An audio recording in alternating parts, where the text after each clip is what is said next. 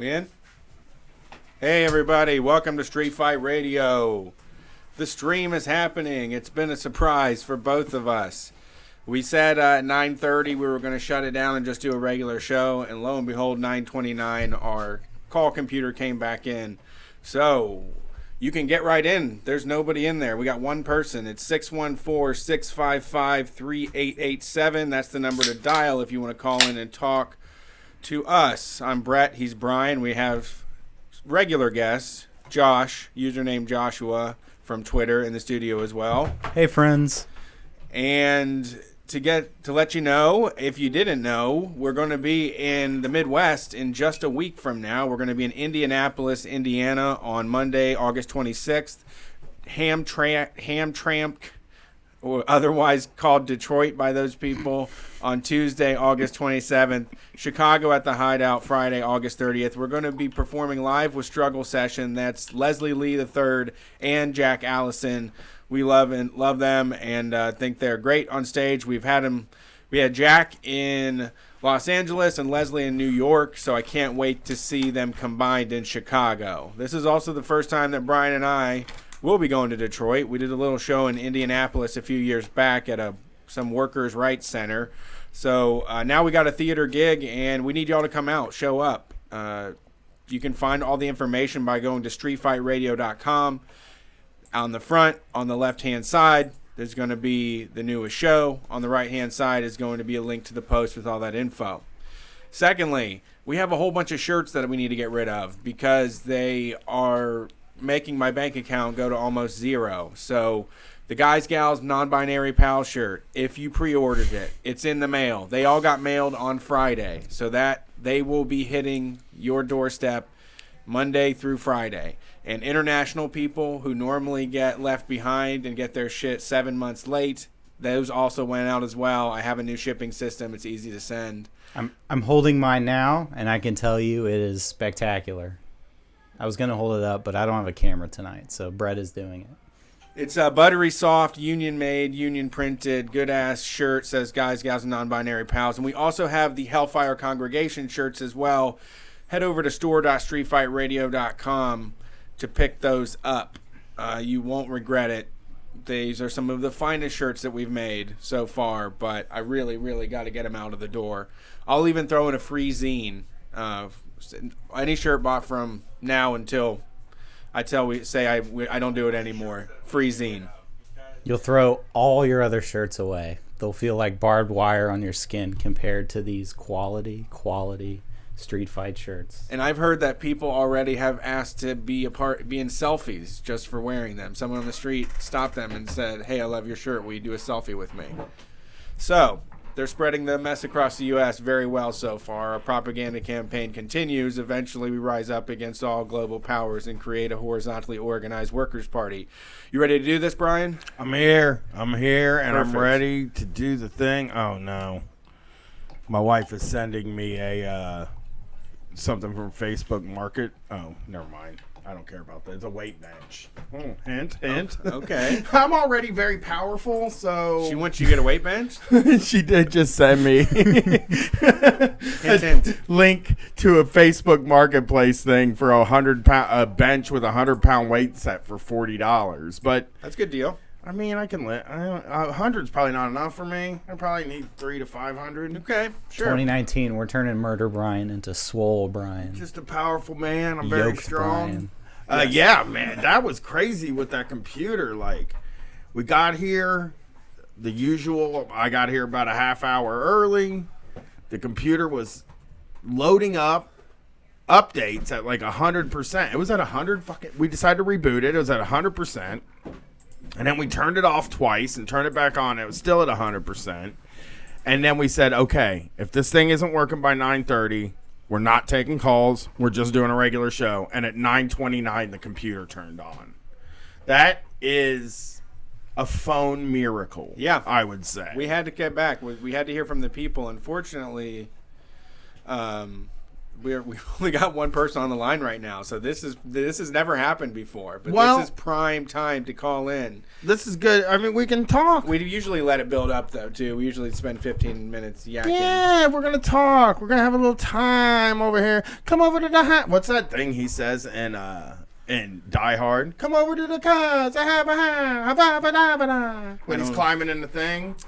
Come over to LA. Come and climb in the thing. I don't know anything. I don't- I'm I not a didn't movie go to- quotes guy anymore. Yeah, I didn't go to Action Con this year. If I had a, if You I ain't had go a, to movie quote college if you want to be a man. Listen, if I had a if I'm gong, I'd hit learning it right one now. thing from the Shock Jock show, you gotta know some movie quotes. It is dude, important. or you are not a funny person. It is whenever I go to like those public things. I did some school stuff today, and someone like lays down a fat movie quote, and you just like have to know the next line, or just I mean I always just feign like I know it. You know, I'm just like, oh yeah, that was classic. Good. Yeah, It's the same 7 movies. Yeah, you know, Big Lebowski, Goodfellas. That's just those 2 movies, really. just those 2 movies.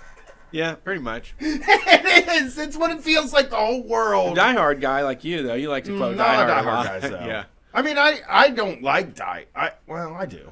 I like those I haven't. movies. I'd like to revisit Die Hard. I don't know how long it's been since I've It's seen good. those. It's quality. It makes all the movies we watch now look so stupid because everything in it is so serious. There isn't a lot of. It's just scary because it just looks like a guy that's killing people that are trying to take over a building. There isn't like everything isn't like orange and green glowing and like fast jump cuts and stuff. You know what else is cool People about are it? wearing like fucking regular ass like thrift store looking clothes and shit. You know what else is great about it? When that sleazy guy that's like being held hostage, it's like, come on. Yeah. You know, like he's like real sleazy and he tries to turn on the bad guys and then ends up getting killed. It's Yeah. like, oh shit. Eat it, sleazy guy. Right. Like they just would kill people back then, and just as like that was a funny part of the joke. It was like you would kill a guy, and Yeah, those everybody would be laughing their heads Those off. ones are pretty hard boiled. Those old ones really are like that. Just for something about them is like more of a punch in the gut than the stuff now. The way that they just like take everybody out so effortlessly, you know. Well, they just the scale of action is just And like, also seeing like the way that he get like it's cool the way that like he's wearing the white shirt at the beginning and then yeah. by the end of it it's just like he takes so much damage, an incredible amount of damage. He's just like dragging himself by one arm at the end of it, you right. know. Well, the scale is so the scale is the thing that's like the most important thing that I think we miss now is that like the stakes all the time now are like millions of people are going to get millions of Yeah. people that aren't in a TV show that we don't care about are going to get killed. Yeah. You know what I Well, that's mean? Like what- when that Judge in Marvel, when in those Marvel movies, they're like half of the universe is going to die, and I'm like, but none of them are in the movie. I don't really like give a shit about them. That Judge Dredd remake where they had to climb up that apartment building, right? Like that's sick. That's a good small scale battlefield where like I know what that's like to be in. If a group of people were to have a gunfight in the middle of that, I could imagine. Well, what it would movie- be, you know. Movies like The Raid and like Judge Yeah. Dredd, movies like The Raid and Dredd are just like fantasies that people like me sit around and have. You Yeah, know what well, I mean? like 'em. What if I had to what if I had to go in and whip some ass? Yeah, you yeah. know, because Drag someone out of their apartment. some fucking bastards out there poisoning the community with this sick drugs. Yeah. Go up there and kill a guy. It's really weird. Like, Yeah, I was thinking. Actually, it's funny that you mentioned this because I was having a moment today where I was thinking that we should actually have Father's Day once a month. no. I think it makes sense because I do a lot of the painting my nails and doing Beyonce routines and watching movies and crying into my pillow. And I don't feel like there's a lot of reciprocation where everybody's like, let's sit down and watch people point guns at each other tonight. You know, let's see what kind of visceral excitement we can get out of a car chase. Yeah.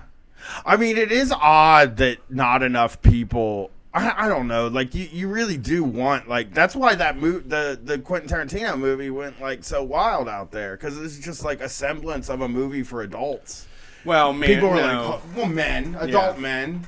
But it would just, like, they don't, you know. Guys, world's there's not a lot geared- of guys movies that come Yeah, out. dude's night. There's not like a dude's night. You know, there Yeah. should be a dude's night every month. Should- You know, we've been having like a lot of issues in our friend group because our wives go on girls' night, and it's like, way to exclude the gentlemen. Like, I can talk about the same stuff the girls do. Sure.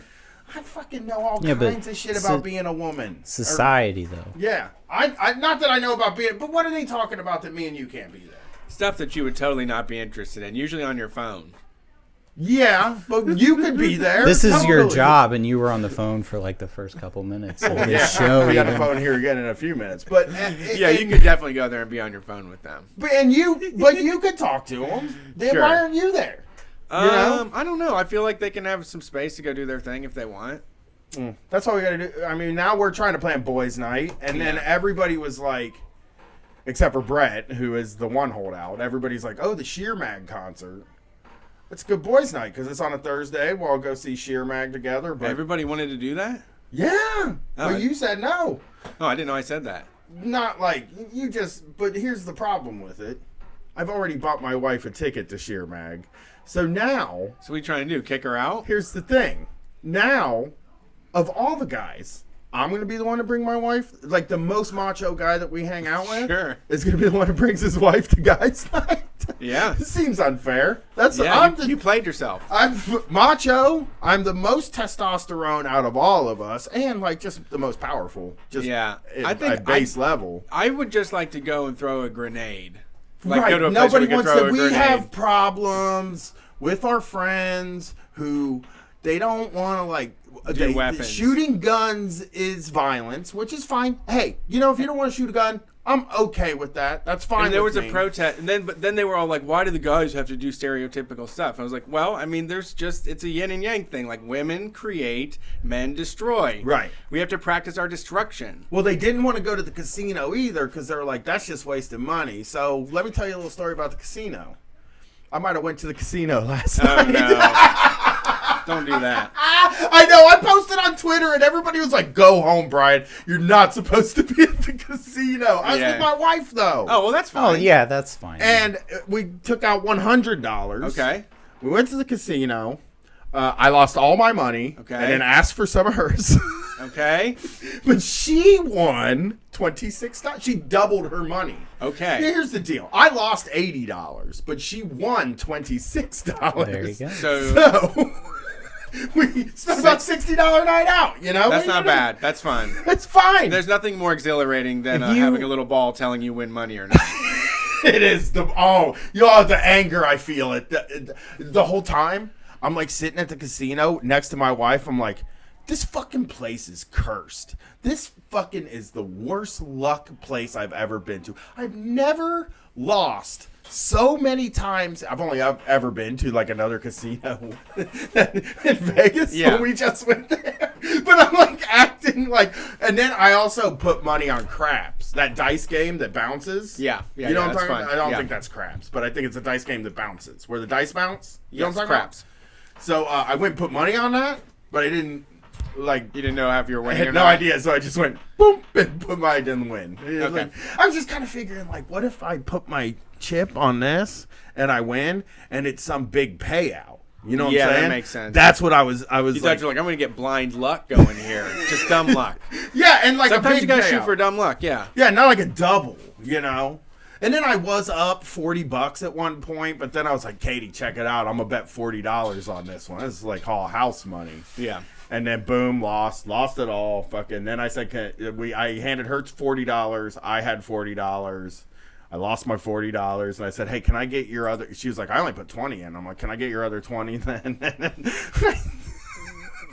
You're bad. I can't. I should never. I can't. Let her have her money. Let her lose her money herself. She did. She was fine with it. She was fine with giving me the other. She offered This me is the why other she 20. doesn't want it. This is why she needs a night for girls, so that the men don't take her money. That was.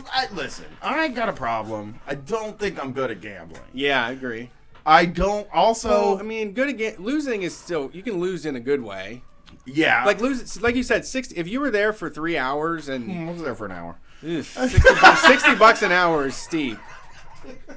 $60 an hour is a steep night out. Well, I mean, what could you do for $60 an hour? Well, we were gonna go bowling. Or Yep, to you the could do that. movies, Yep, you could go bowling instead. You know, but it was like There's It's just me and there's her. no high stakes thrills. Like nothing is going to make my brain synapses fire like being at the casino and losing money. What about putting money on a bowling game? I can't because it's the same pool. It's not like Oh, the yeah. problem with betting with like I would fucking love it if I could bet with the wife. Like that would be amazing. But that money's my money. You know what I mean? And her money's my money. My money's her money. It's like, Yeah. oh, good, I won $5 from my bank account. Sure, it's sure, mine. got it. That's why I have to go to the casino. Yeah. And lose it to a third party. Really lose it. Along with her, she sat at roulette next to me, like you. Actually, very good. Like I pulled a Brett Payne while I was there, actually too.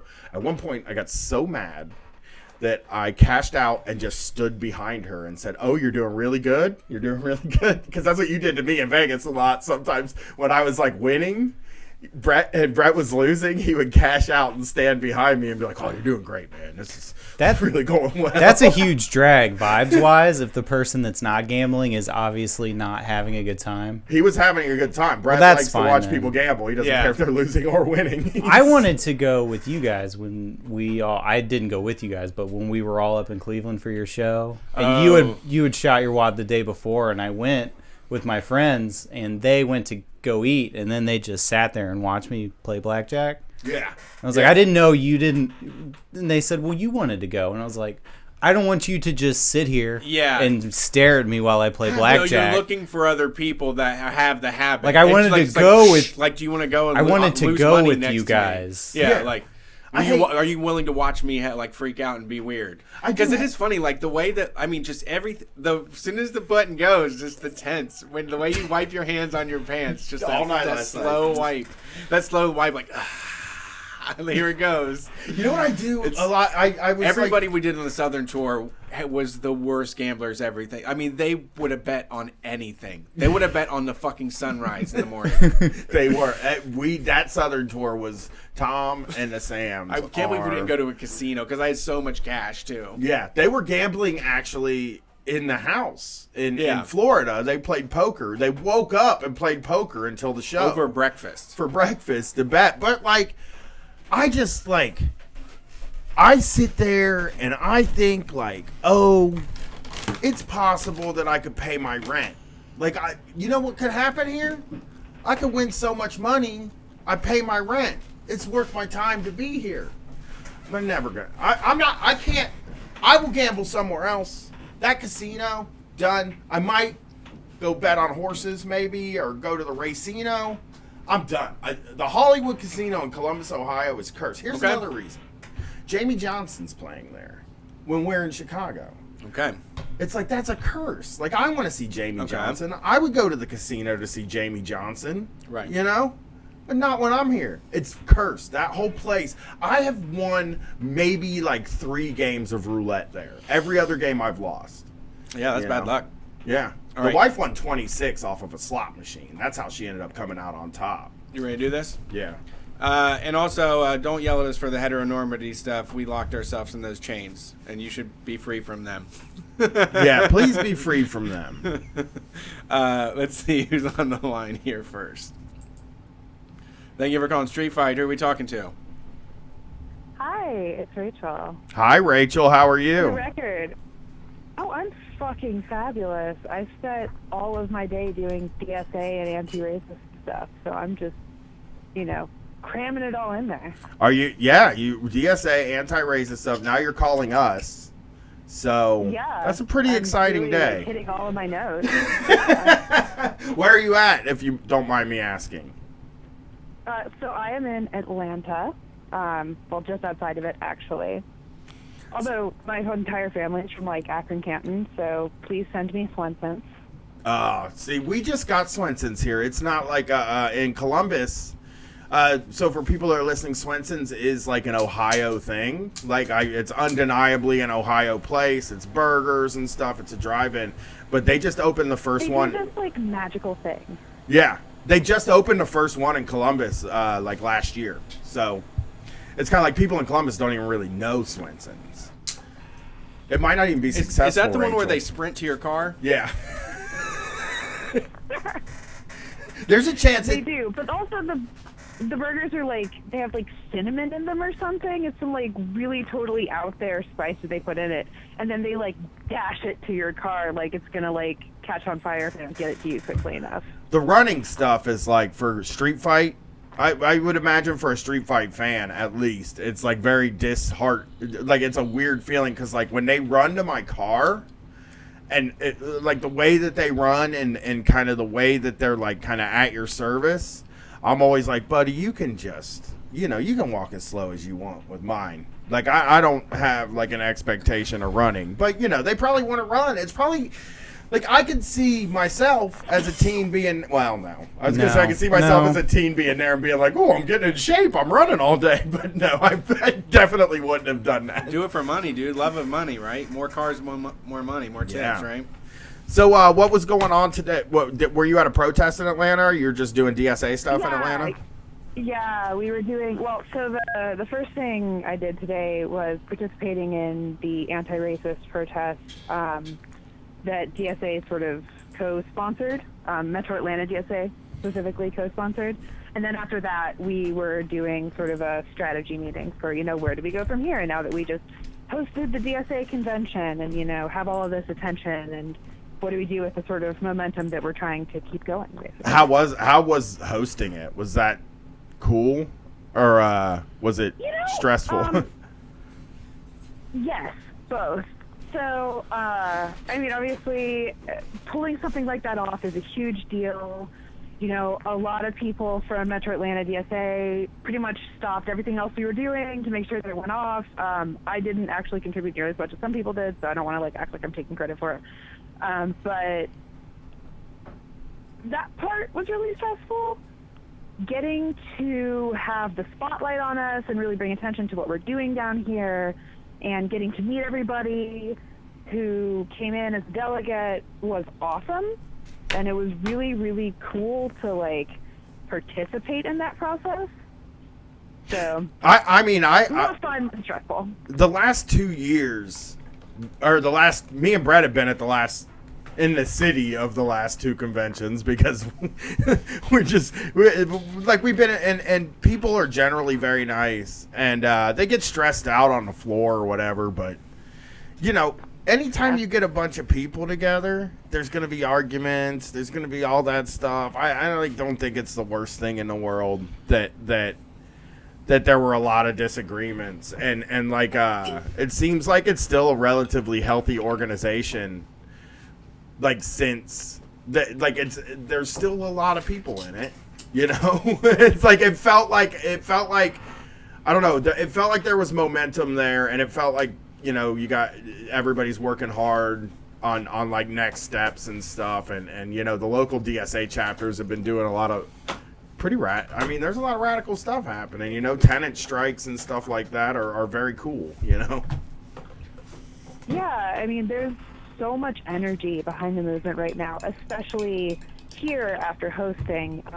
All of our sort of regular members who are really active of our chapter, they're all sort of chomping at the bit, what can we do next? How can we put this energy to good use? What are the things we really want to be focusing on in our community? And so we've been having a lot of really awesome conversations about that in particular. The tenant stuff is that. I think you start talking about socialism, and you start when you start talking about trying to bring people over to your side, it's work and rent are the two things, that work and rent are the two things that they need help with. They need their rent covered, and they need someone to make sure that work doesn't suck. And I think any kind of especially just, the Columbus DSA has gone door to door in a lot of apartment complexes where there's been problems, and talked to residents and helped them compile the complaints, and then, get them a lawyer and sort of help them move forward on the complaints, that's really cool, because, landlords get away with fucking murder. Yeah. Yeah, and Atlanta is really, I think, vital area where we can start pushing specifically rent control stuff and push back against landlords, because Atlanta has really exploded in the last 10 years or so. I think we went from something like 2 million to 6 million people or something like that. So we have all of these just absolute nightmare problems of housing and of infrastructure, because Atlanta wasn't built on a grid like on purpose. It was built around rail lines, and those all move in V's, right? So we have this really weird system where we've got 7 roads kind of that go into the city total, and no trains, really, no public transportation. And so everyone's kind of trying to figure out how the hell do we make this work with all of these new people moving in and continuing to move in. And, we have this, like, trolley that they put together, but everybody makes fun of it because the trolley goes, like, 3 places, and none of them are interesting if you're not a tourist. It's like the perfect example of, like, doing, public service for show or whatever. We went to Atlanta the But first. also, It is funny that me and Brett, the first time we went to Atlanta, we stayed downtown where all the tourist stuff is, where like the Coke thing is and the big Ferris wheel and all that stuff. And when we went home, we were like, we're never going back to Atlanta, which is wrong. And we should have never felt that way. But then this last time we were there, we like went and hung out in the neighborhoods, and we went to the Claremont Lounge, and we went to East Atlanta, and we went to all these places, and I was Yeah. like, I gotta get back to Atlanta as soon as possible. I'm biased. I'm from here. Like, from here. Like, grew up in Stone Mountain, which is a whole separate story. From here. And I have never been to a city that has the same kind of energy that Atlanta has. I like to say that the essential Atlanta experience is if you, like, pull up to a stoplight and the person next to you is just blasting music so loud that you can hear absolutely every beat of it and like every note of it, and you look over and they're dancing, and they see you looking over, and then you just start dancing too. That's what Atlanta is like. Yeah, there's lots of I billboards for just like independent artists too. Like people just like throw all everything they got into a billboard to try to get seen. Yeah, well, and we don't take ourselves too seriously to do something like that. I know, like up in like New York, you have sort of weird people, but they're like, that's their whole thing, is they're a weird person. But down here, it's like everybody's kind of just weird and nobody cares. Oh man, I feel like also people are just proud as shit. I felt like it was like when we were just embarrassed. Like it was amazing because everybody there was dressed to impress, not like trying to look like they just threw something together. Like they put on an outfit to show off. Everybody. I mean, I saw 80-year-old man with like neon Air Max 270s crossing the road. It was like, it was wild. When we went to Bankhead, that mall, and we went to a mall in Bankhead, and like everybody was wearing designer clothes and looked so fucking cool, and me and Brett just looked like garbage. I looked all right. Well, you looked okay, but you were sweating, and I looked like shit, man. I felt so bad. It was the first time, like, so I went to go look at a Louis Vuitton t-shirt. I was like, I'm gonna buy my daughter a Louis Vuitton t-shirt because I thought like, ain't gonna get $100 t-shirt. That'd be funny. It was a good gag or whatever. And then when I got in there and I saw that they were $655, I was like, oh, I'm not getting her a t-shirt, I guess. I don't know if I've spent $650 on clothes No, in never. the last 3 years. No, not ever. That's crazy. I will. I mean, I would. I'm No telling way. you. The That's more too money much, I that's get, too much money to have. not to a t-shirt, but the more money I get, the more I'm going to spend on my clothes. I'm going to tell you that right now. I'm going to tell that. The listeners will know I'm doing well when I'm wearing Louis Vuitton t-shirt. That's ridiculous. But bootleg. I'm getting bootleg ones soon, so don't count those as my $600 t-shirt is wasteful, and that money could go to something Growing way up, better. growing up poor marks you in a specific way. I don't know that I could ever have enough money to like. I don't know if I could ever swipe the credit card on a $650 t-shirt. No, I don't no think way. I could do it. Fuck that. You could I give mean, me I you would could give love me to be Powerball able to. money. I don't think I could think do like it. the way that I lived in my 20s, like there's a piece of me that wants to like waste and then like not check my bank account afterwards. Like my real dream in this world, Brett, is to swipe the card on something that's like $700-800 and then not fucking faint and flip out and then go home and lay in my bed and sweat and then come downstairs and say, no, it's fine, I think this is going to be okay, and then go back upstairs and sweat for a little while. But hand over money to historically racist companies that are charging you, 1,000 times what they cost to make that shit. Okay. I will not hand them money, Brett. If I'm my- gonna talk me out of it. If my car broke down and it was $800 and I could just without a second Yes, thought just that's nice. Swish, whatever, no big I deal. see it as That like would this- be great. See, I feel the same way, but it's like $80. Sure. I would love it if I could just drop 80 and be like, yeah, this is fine. Like, oh, I just paid my bill and this is great. I'm I in have your internet for another month. I'm about I'm at $40, Rachel. Like that's like at this point Yeah. now, if something's $40, I don't melt down. So I'm halfway to 80. Yeah. I'm halfway to living Rachel's dream. You know what I Yeah. mean? And my dreams are big. You know? Big dreams. My big dreams are spending $80 without having to worry about whether I have it and turning the South socialist. Isn't So it I weird? actually think the latter is more achievable. Isn't it weird though to think about like there I actually and like I don't know what this is in me, but I really do envy. It's not that I envy them, but I look at people who spend a lot of money. Yeah. $1,600 backpack when we were in Atlanta at the Prada store. Yikes. This guy buys a $1,600 backpack, swipes his card, and leaves. Now, in my mind, he left and he was just happy for the rest of the day. He bought the goddamn $1,600 thing. It didn't make any difference in his day. Like, he was still going to go out to eat that night. He was still going to pay all of his bills and all Yeah. that stuff. And that is like, I look at something like that, and honestly, I probably don't need a $700 t-shirt. But, like, there is a certain, when I look at it, I'm like, man, I wish I could do that. you Yeah. know? I think somebody like that should get their ass robbed. Because they probably haven't had a lot of I'm with you. they haven't had a lot of hardship for a while. We should have cased their fucking car. We should have. And spark plugged their window and We took that should have. motherfucking backpack. Like, I don't want people to think that I'm like obsessed with like status symbols. It No, really it's is honest, more I am of a too. money. It is really more of a like, God damn man, I don't know how to show people I'm successful. Like I'm paying my bills now, you know. Yeah. And Right. and It's less status and more security. right, yeah. It's like I'm paying my bills now, and I do this thing, and like, you don't get credit for paying your bills. Like, I don't think. You know, I mean, obviously, I think everybody that's listening to this show that's paying their bills is doing like a great, like they're fucking doing the right thing, and it's cool, and like I admire that, you know, and I'm really glad that I'm paying my bills, but like I want to be considered like successful, you know, like Sure. I want people to see me and be like, oh man, you know.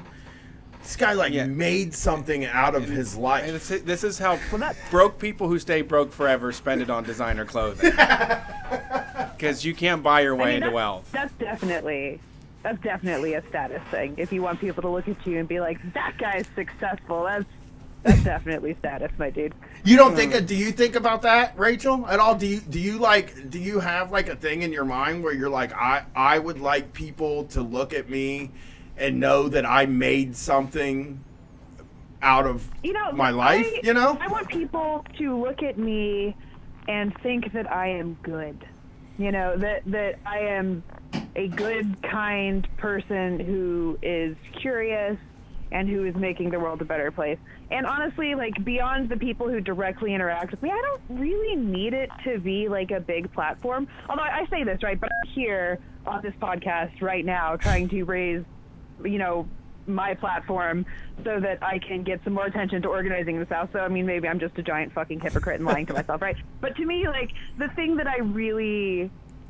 I care about is less about people seeing me as somebody who made something important and people seeing me as somebody who's like accomplished things, like capital A, capital T, accomplished things, and more about how I just want to make it less shitty to be alive. Right. Yeah. I mean, I agree in that, like, But that's what he's saying. We've already done that, no, so we want to get dripped out, though. no, I don't think we've done anything. Right. I truly, I don't think we've done it. Like, as far as political accomplishments, we've done nothing. I would never take credit for anything. You know, anything that happens around the show is honestly done by the fans. But I think that, like, it is. I don't know why I have this impulse, and like I don't know why. I mean, like, I am an anarchist. Like, I truly don't want like hierarchies, but I also want. I want to feel like I don't know why I care. It's I'm just insecurity. trying to figure out like why I care. Advertising uses insecurity against you and makes you feel like you're not a part of the club or the elite class of people, that you really haven't accomplished anything until you can afford these clothes. Right. Yes. And it's I know that capitalism and consumerism is all bullshit. Like I feel like I know that, but then I'm like, You what can is say the clothes measure? look tight. I mean, the clothes look tight. Right. But what is the measure of success then? Like that we're living with, you know? Because I need to feel like I don't know why I need this, honestly, but I need my in-laws to think I'm successful. I need my parents to think I'm successful. I need like, you know, my aunts and uncles, even though they hate what I do, I like need people. I need them to think I'm like successful. I don't know why I have this desire. Brett, Rachel, Josh, I think about my high school teachers a lot more than a 40-year-old man should think about a high school teacher, just because I want, and rappers say this all the time, but I just want to like go up to high school teachers and be like, I fucking did it, asshole. You know, I'm not in fucking prison. I didn't fuck anything up, and I'm a good person. And like, I know that's like a negative impulse, and I don't know why I want it, but like, it's just, I guess I'm a petty guy. I don't know. I think it's pretty. It sounds like maybe, you know, on some level, you've really sort of internalized the messages you were getting when you were like really poor, right? Of like, there's this sort of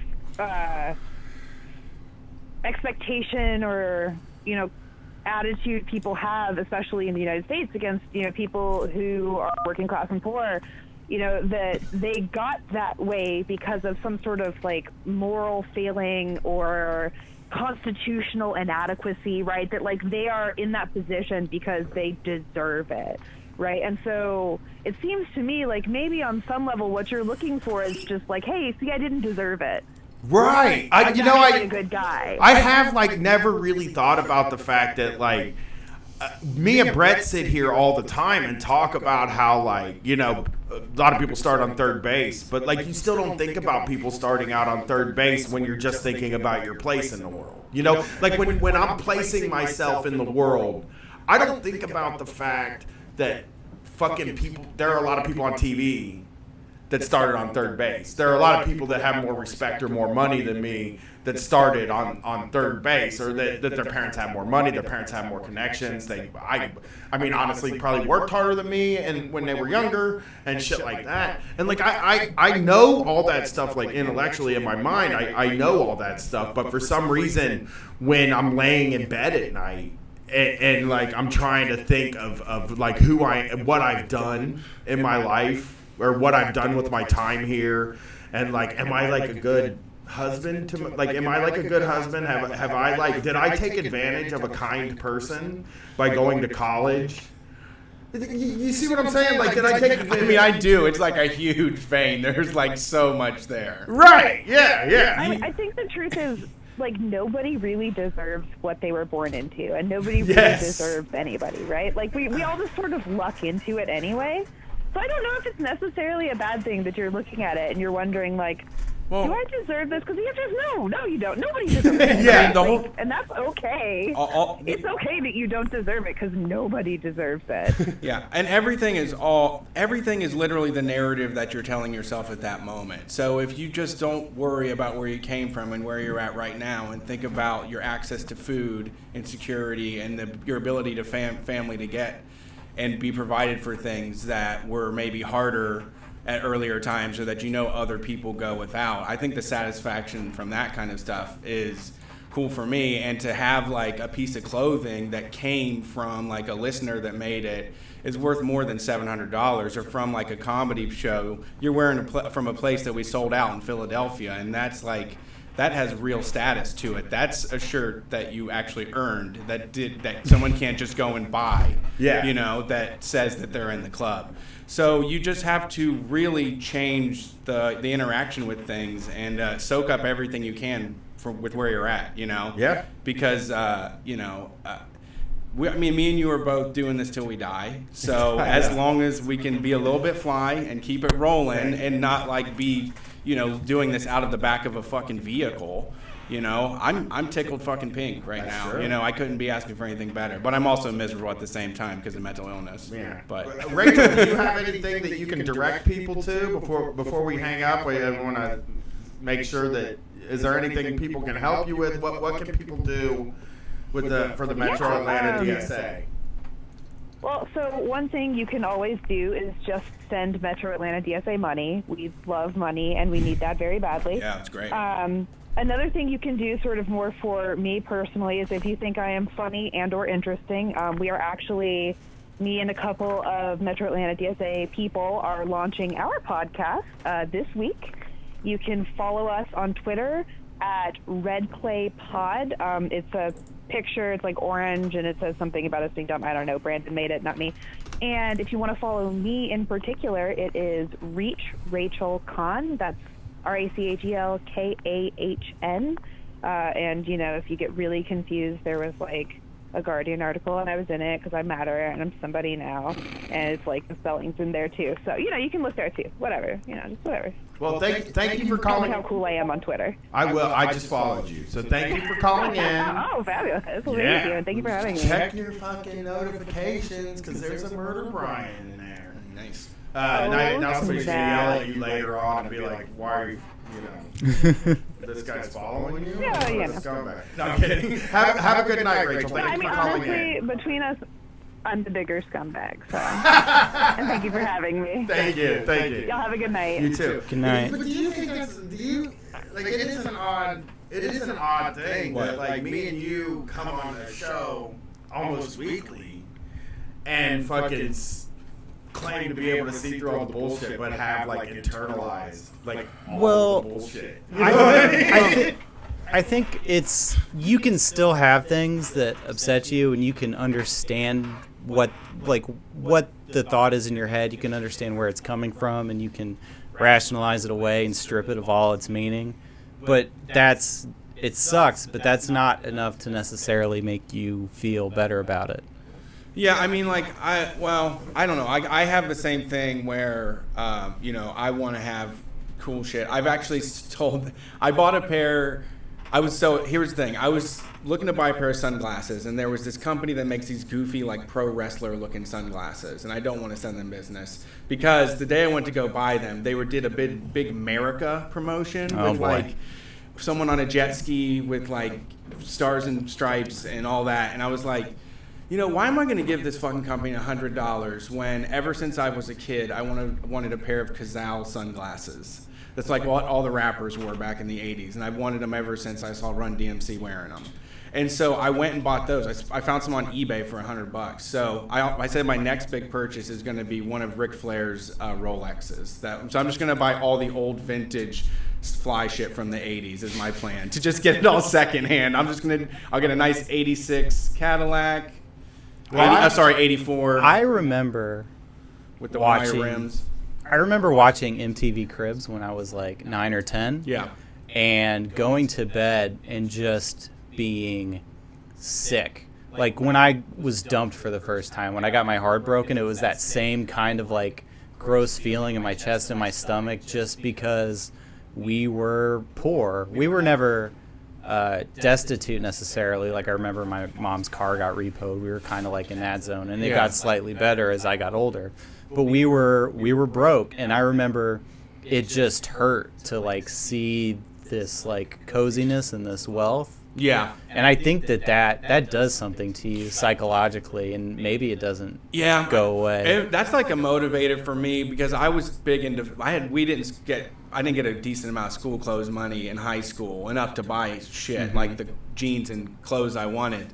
So I spent a lot of time just going through the thrift store, and I really found stuff that I like and didn't focus on the labels and like things that said like out loud, hey, this is expensive or this is the right brand. Sure. And I get more compliments on my stuff when people are like, those are sick. What is that? And like, oh, this brand. Like, oh, I didn't know they did. Yeah, it's like I don't get the loudest version of their stuff. I feel like you can make clothes yourself. I found a way to have my own type of style, but that's also, it takes a lot of time. It takes an artistic eye. It's not something for everybody. But I feel like the name brand stuff is such a shortcut, and I do still, like, I still look at, I was a hype beast so hardcore when I was 20. I even went all the way to Undefeated in Long Beach, to their fucking place, looked at all the Jordans, drooled over them. And I had to give it up because it was just so wasteful, and there was always something new to buy, and you were never satisfied. There was never a reason where you're like, oh, I have enough shoes now. It's like, no, they just came out with the cream ones, Mm-hmm. And I just bought a pair of Yeezys, which I didn't want to give Kanye West any fucking money. So I refused to buy them. I would never spend $400 on fucking running shoes. But I found a hookup on legit bootlegs that say Adidas, that say Yeezy on them. They were $80. I feel like I chopped the head off of. I feel like Adidas didn't get money. Probably the same conditions for the workers. Not Sure. that I'm not for that, but No ethical consumption. I wear and them whatnot. though.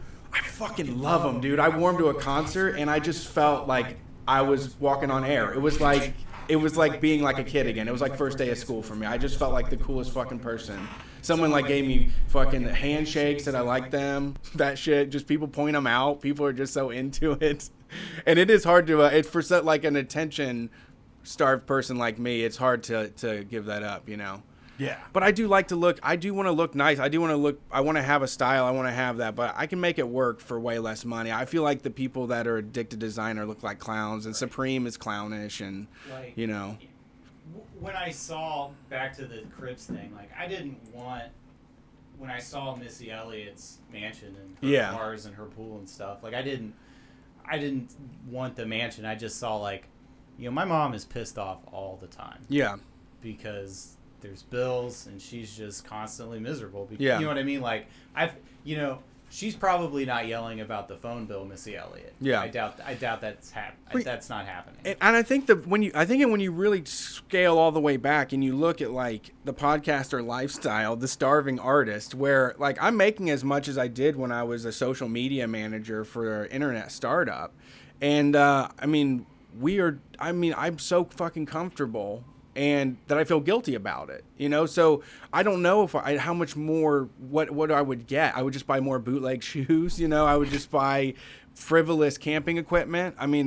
I would like to, have some money for like college or for Charlotte, stuff like that. I wanted to let's just go with this Offset, and the Clout says my kids got to have money, not just me. That's selfish. So I wanted to leave with Chicago legend Offset too, right? You got to have money for Gwen, right? Yeah. Gwen's got to have $80 like, shirts too. Basically, like my whole thing is like, Got to make sure this kid is doing all right so that they can do their damn thing. Make sure the kid is like fly when Making she them goes be to like- school. Get them what they want.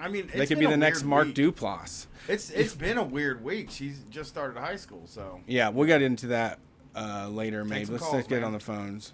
get on these. We're phones. yapping too We have much. people on the phones now. I didn't Yeah, know. we got a few. I thought we were vamping. I didn't Oh know. no, sorry. I just there was a lot in there, and someone had said before someone said we didn't go off on it enough, so I thought that was a pretty good call in. Thank you, Rachel. Thank you. All right, let's see who's on the line here next. Thanks for calling Street Fight. Who are we talking to? Hey, what's up, Street Fight? Oh This shit. is Jonathan. Hi, Jonathan. How you doing? What? I think I answered 2 calls. Good. Yeah, I think I Is there heard 2 people on the phone? Jonathan, hold on. Hello? Don't Party talk. chat. Are you not Jonathan? Who's not Jonathan? This isn't Jonathan. What's your name? This is Zach. Okay, we got Zach and Jonathan on the phone right now because Brett answered 2 calls at the same time, which I did not know you could do. No, that's interesting. So we have an interesting issue. Can you I can mute one of them. Mute one of them. Yeah. Okay, we're gonna mute you. Don't This feel is bad. Jonathan. You can mute me. Well, I don't know who's don't- who. Here's what we're gonna do. Brett's Oh. gonna mute one of the calls. Don't say your phone number on the air. And then we're going to say, "Hey, talk," and you're both going to talk, and then we'll tell the one that we can hear them. How is that fair? Yeah. Mute, Brett. Okay, let's see it. All right, who could it be? Say doo-doo. Is our next caller going to be Zach or Jonathan? Zach? Hello, 1, 2, 3. Who's this? One, Yes, two, this three. is you. This is you. This One, is two, Zach. three. This is you, Zach. Zach, Hi, Zach. what's up? Zach. Man, that Hey, is what's up? how you solve problems. That's how the We problems did it. get solved, my dude. Yeah, John asked to be Problem solvers.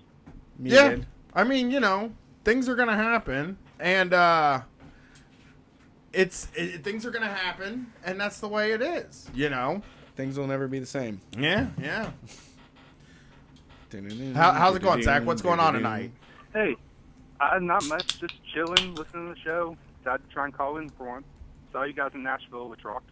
Oh, thank you. Oh, nice. Thank you. That was a very fun show. We had Jesse and Mike from Your Kickstarter Sucks, and they were very cool, fun, and I'm glad you had a good time. There was a guy there. You want to hear a little story? There was a guy there that was running for office. Or no, he has office. There was a guy there that is in office. Don't say his name or anything, but woof. When that Kill Jeff Bezos chant happens, He got and mad? there's an elected Oh, official yes, there, yes. I always feel so bad. That's the part where that doesn't affect me at all. But on this tour, listen, the Sams love it. They do. I'll just say that. The Sams and the Trillbillies, they just think Kill Jeff Bezos is the most amazing thing. It's this hilarious joke that's just gotten out of hand. Yeah, and me and Brett think it's sick, actually. Tonight at 11, a local elected official was spotted at an anarchist comedy show. Me and Brett think it's sick. We don't like it at all. But, that's just us. And so I guess what yeah. So what's going on tonight? What's going on tonight, Zach? What are we calling for? Not much. Thinking about work in the morning. That last caller made me start thinking about if I should, look into DSA. I'm not near any big cities, but it might be worth taking a drive every month. To Atlanta? Or Nashville? No, to Nashville, the local one. Sorry. Oof. Hearing people all enthusiastic about that sort of volunteer work. What makes you not do it, I guess? Actually, I don't want to ask you that way. Let me tell you why we don't do it. I'll just say this. The reason I haven't joined the DSA is because I feel like podcasters are a liability to the organizations that they join. And I will raise money for them. I would do everything. But, I just don't want to be a liability to, a thing, what's your fear? Are you, kind of worried about, meeting people or that you think, what is your worry? Yeah, it's a little bit of that social anxiety stuff, but I'm also an hour away from any major cities, so it'd be like a commitment. But, yeah. That's really the big thing, just not living near anybody, and then, trying to figure out what's, is that a regular thing? Are people driving from all over, or is it just local? Yeah. Yeah. I mean, I driving in an hour sucks too, but I think you can do a lot of this planning online, right? It's kind of like with the meetings. I believe you can get the minutes of the meetings on their site, if you join or something. I'm not really sure. I don't know what the meetings are. I don't really go. Yeah, like I said, just stop. But I will say this. If there's an action and those brake light clinics and stuff like that, it is really worth showing up to something like Yeah, that. actually, to be honest, I would say if you're not going to be the type that gets in there and joins a committee and wants to be planning and stuff like that, it might be best to just get on the email list and find out how you can get looped in for stuff, because I get notifications all the time of they're going to do Meals on Wheels, they're going to do a teach-in, they're going to do all of that, and it's probably better to just show up to something like that so there's no pressure to do anything besides what you're told when you show up, Yeah, that makes a lot of sense, actually. That's what I would do. Well, thanks for calling in. We appreciate it. Hey, thanks for taking my call. Yeah, have a good one. Well, it's awesome you guys do this. Have a good night. Yeah. Peace out. Jonathan. Did you hang up on Jonathan? Jonathan. I would yell at you. Come back. Hello? Hey, Jonathan! Hey, Jonathan. what's up? We've been waiting to hear from That was a good hack. Yeah. Hey, we did. It's The way that you just dealt with that little snafu. Here's the thing. you get this thing where like you get a problem, such as we have many problems in society. A few people get together and they talk to each other. They work a little thing out, and then boom, you got to solve, Yeah. And that's how socialism's going to happen too, actually. That's what I think. Yeah. So what's going on tonight, Jonathan? Kick it real. Thank you. Well, we did solve a problem. It was inspired. That was like 4 people, 5 people, 6 with Jason. 6 people working together solved that problem. Yeah. Very easily, too. It only took like 2 minutes, and it was great. Yeah. So, what's up tonight, Jonathan? I was just calling to say how much I like the show. Oh, we appreciate that. I appreciate that. You don't have to tell us that, though. We don't deserve. We only deserve scorn most of the time. You know what I'm mad about? Can I say something? Jonathan? Yeah. And I you're a perfect person to talk to about this. I guess. I don't know. You're on the phone and we're talking. I just did a 3rd show. And here's a spoiler alert. It was with a buddy of mine, and we were talking about we were talking about dreams. The rub a genie kind of career dream. If you could rub a genie and get whatever you want for your career, like what would that be? Well, you got to right? rub a genie's lamp, and then the genie comes out. And When you rub a genie, like you got to rub a genie. I'm on new pills, dude. Yeah. I get just jacking off all the time. I'm like having more sex in the past month than in like a year. Whoa, Okay. whoa. Sorry, I apologize for That's having a concern. for being sex positive now. I'm a different type of person. It's still very polite, but it is S.A. more. Brian. Yeah. Anyway, my wife's gonna be so mad about that. She's gonna be like, "Oh, now everybody knows we have sex." Yeah. Gross. Anyway. I can't make jokes. I can't just talk. Maybe that was always how you got the wishes from the genie. It just got lost in translation. Anyway, if you could rub a genie and get your job of your life, the Brett keeps shaking his head at me. He's the one that's taking it dirty. I'm just No, trying you're to just say- butchering the myth. Just rub a genie and get the job of your life. Is Yeah. that how the old story goes? Well, no, there's not 3 wishes. This isn't 3 wishes, right? This is you get the job of your life.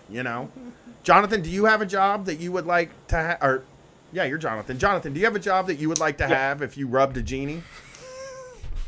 Okay. First of all, the answer is yes. And I actually got that job. No genie involved. Whoa, what is it? What can you tell me, like rough, broad strokes? I don't want to get you in trouble, but is it a cool job? You got the job. Yes. Alligator handler? I am a professor at the university good job. out here in LA. But that's something I would want to do. I did want to do that for a period. So if I could, Brett, I'm putting you on Brian, blast right now, and I can say mine first, or Josh can say his first. What? If you rubbed a fucking genie Oh, God. and you could get the job of your life, what would that be? Josh, do you know? It's any job in the whole world, dude. The possibilities are fucking endless. You could be like, I don't know, like a professional lottery player if you wanted to. Like you just buy like $100,000 worth of lottery tickets every week and you hope you win. Oh, yeah, I I've seen guess. that guy do that scam before. Yeah, something like that. So you got one, or I'll say mine because I'm pissed right now. Okay. My dream, greatest job I could ever get, rub a genie job, is that me and Brett get the opportunity to write one of 2 things. Okay? We either get to write the He-Man movie or we get to write the Dukes of Hazzard movie. And we change that thing, and also we play the Dukes of Hazzard, of course. I might play Boss Hog, but we'll get somebody better looking to sit next to Brett in the car. Like the sticker, like the animation at the beginning. Right, yeah, it would just put the syndicalist. But like my dream in this world is to me and Brett get to write He-Man, and Kevin Smith is now writing He-Man. So he took my Rub the Genie dream. I'm very disappointed in that. I'm bummed out. Do you have one, Brett? Do you have a dream? I don't know. God, The you don't the dream. first thing I thought of was a skydiving instructor. Okay, hey, you know what? That's a normal job. That is something. I think you could do that though. Yeah, I could.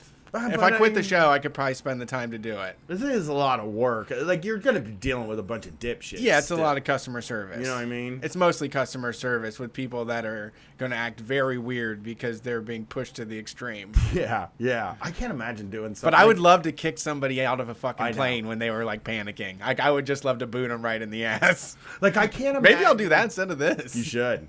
I can't imagine like being the bungee jumper guy, the guy that does the like runs the ride. That'd be sweet to tell the instructor. I don't want you to tell me to go. I don't want you to tell me you're about to do it. When we're over the spot, I want you to just kick me in the ass. Throw me out there. Throw me That's what out I of would the have to plane. do. Grab them by the scruff of their neck and just throw them out barroom style. Like Jazz and Fresh Prince. Yeah, I mean, I do that. Like, I have to. That's how. The only way you're getting me to jump out of an airplane is to. Trapdoor underneath But you. basically, you have to be like, hey, we're gonna go up and like do a little flight up here, and we're gonna take you somewhere where weed's legal, and then get me up in the plane, and then you gotta fake crash landing. no. You could probably just lie to me and be like, oh, when you fly on a private jet or a private airplane, they make you wear the parachute like they do the Yeah, and they life were just vest on a boat. they were like, "Don't worry, it's a Gucci parachute." You're like, oh, okay, I'll be fine then. Yeah. So then you get me in the vest, and then you would have to just kick the door out and kick me out of the fucking plane. Because Yeah. I will never bungee jump. I will never do any of that Sure, shit. you don't have to. A fucking coward. It's not for everybody. Ooh, the world's largest coward. I will fucking let you. Well, no, because that's how Houdini died.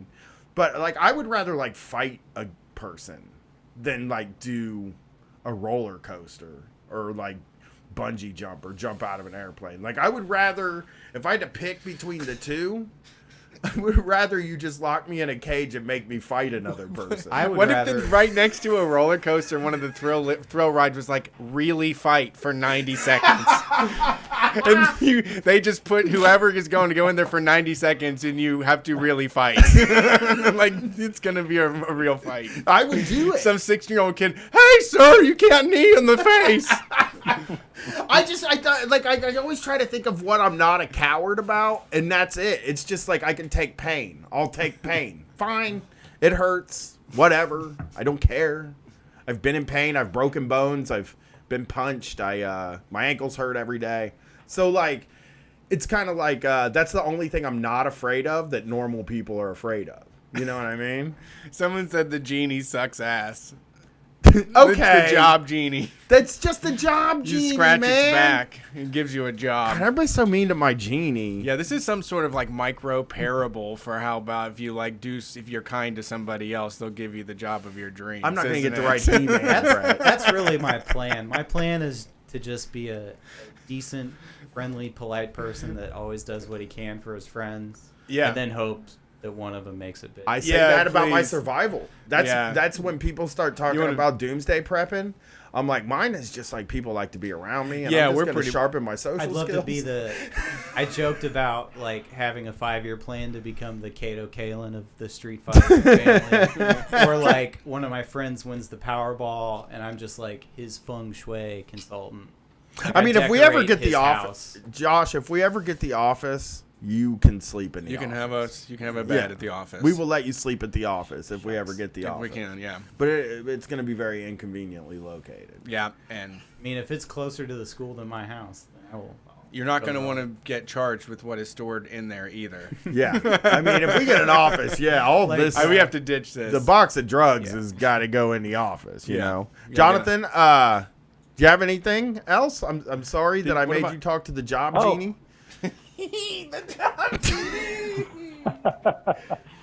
No, Have you ever but just- I did want to say that I'm actually from Dayton, Ohio. Oh yeah, where the I mean Yeah, and I saw you ever been to Hare Arena? oh yeah, absolutely. It got blown to hell, didn't I mean, it? it's been a long time, but So can I tell you a story Yeah. about Hare Arena real quick? It's going to take 2 seconds. One time I went there and I saw yeah, go for it. I went there and I saw Pantera, and the guy that owns Hare Arena came out on stage and gave them a plaque and said they're the official house band of Hare Arena. Nice. Because we saw them there like I have 4 times. also Who? I have also seen Pantera at Air Arena. We've been to the same concert, Jonathan. Me and you Probably and Jason. Megadeth, Pantera, White Zombie. Me and you and Jason went to the same concert. This dude, did you see White Zombie, Pantera, Deftones, I Hate God? Yes. We were Wait, there. What? Wild. No way. Yeah, me and Jason were there. Of course. And my friend Nate. That place think. got blown to hell. R.I.P. Hare Arena. that's that fucking tornado bullshit. that came through, or the set of tornadoes. I think it had been closed already. It had been closed for a while, but a tornado came through. You know what Shut the place Columbus down. people think about Dayton? You want me to tell you? This is what Columbus people say. Like every. I've probably heard it, but yeah. It's this. You know all the drugs go through Dayton. Like Dayton. It's like the way we talk about Youngstown. We say all the mafias in Youngstown. They say you'd be like this. Me and all my rednecky friends. You know, the mafia is basically in New York, Chicago, and Youngstown, Ohio. Right. And also, Dayton is one of the most major drug corridors in the Midwest, and all the drugs go through Dayton. Those are the two things. Yeah, you know, I live in a town kind of on the outskirts of LA here, and I don't know, it's kind of dumpy, and yeah, there are a lot of drugs around, but like I kind of think back to it's not that different than Dayton out here. Yeah, I think the So it's just like normal life. It's just like normal life to me. was your experience in Dayton a lot of drugs? Yeah, kind of not. I mean, because Ohio was is a kinda lot like a masked kid, you know. Okay. Ohio is a very But, drug place. You know, I met at Hare Arena. Here's another Hare Arena story. I met my first vegan straight edge there in my whole life. Wow. Yeah. Jason's smiling because I think he probably fucking remembers this guy. We all stood there and talked to him and like, it was a Korn concert. Oh my God. I know. That's terrible. He took a barrage of. Oh God. It Probably- wasn't abuse. It was like, Probably got that shit all the time. Yeah. It wasn't Spend like- most of your time defending yourself. it wasn't like we weren't mean. I don't remember being mean to him, but we would be like, you don't like eat any meat, not like even chicken, and you know, like all that stuff. You know, he's Oysters? What about snail? Would you eat snail? like, and then the straight edge thing, we were just like, have you ever like tried them? You know what I mean? Like, like, have you ever like tried drugs? Because they kick ass. We very much like the drug. Yeah. And it was like this weird cultural exchange that went down because he like looked different from us too. He was like better dressed and. He was like, I'm a vegan. I'm straight. I don't even. That leather belt you're wearing, I wouldn't wear that leather belt. And I was just like, what kind of belt you gonna wear then? You know what I'm saying? Like I'm from Groveport. Yeah, the scenes it was tough back. They were more concrete. Wonder why he went to You Korn. had to rep that. You had to defend the scene with your life. I wonder why he went to see Korn. He went to see Korn Yeah, it was a Korn concert. because every fucked up person loves Korn. That's true.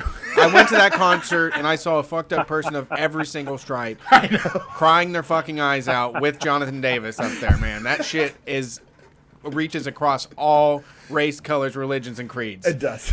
Everybody loves that shit. He's angry, like how I feel. Yeah. If you're like, if And it goes, the shit is very much not. If you get past like the aggressive guitar, the groove is there, like guiding you through the whole thing, you know? Dude, when we went to see Korn, me and Brett did, the way that Brett like loved it so much was the most infectious thing in the world to me because he had never gotten a chance.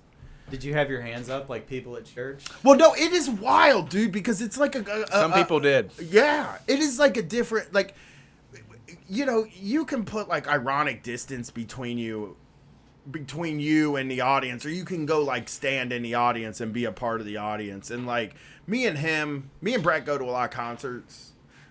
He goes to like a lot more than me, but the shit that we go see is cool.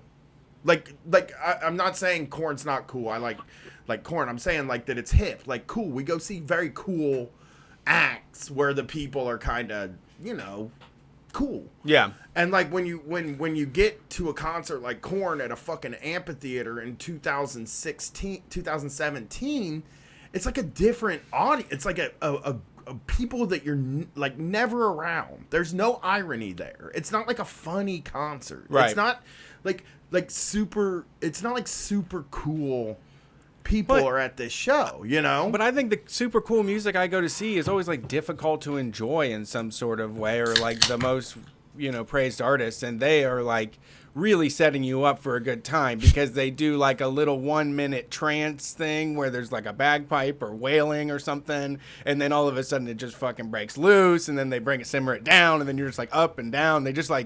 They are trying to put on a good show. They They're- cuss so much too. It's fantastic. Yeah. And- That was the other thing Brett noticed that was really funny because it was such a fixture in my concert going when I was a kid. How many of you motherfuckers yeah. are having a good night tonight? I love you motherfucking pieces of shit. That is nice. Out in this audience. That is nice. That is welcoming. Sorry, Jonathan, to derail you into corn chat. talk. No. Sorry to get corny. Starting very soon, Corn Podcast with John Cullen. It's called Podcast, Podcast, and it'll be coming out soon. Me and John Cullen going to talk new metal. First one, I'll give a secret spoiler. The first album we're covering, Significant Other.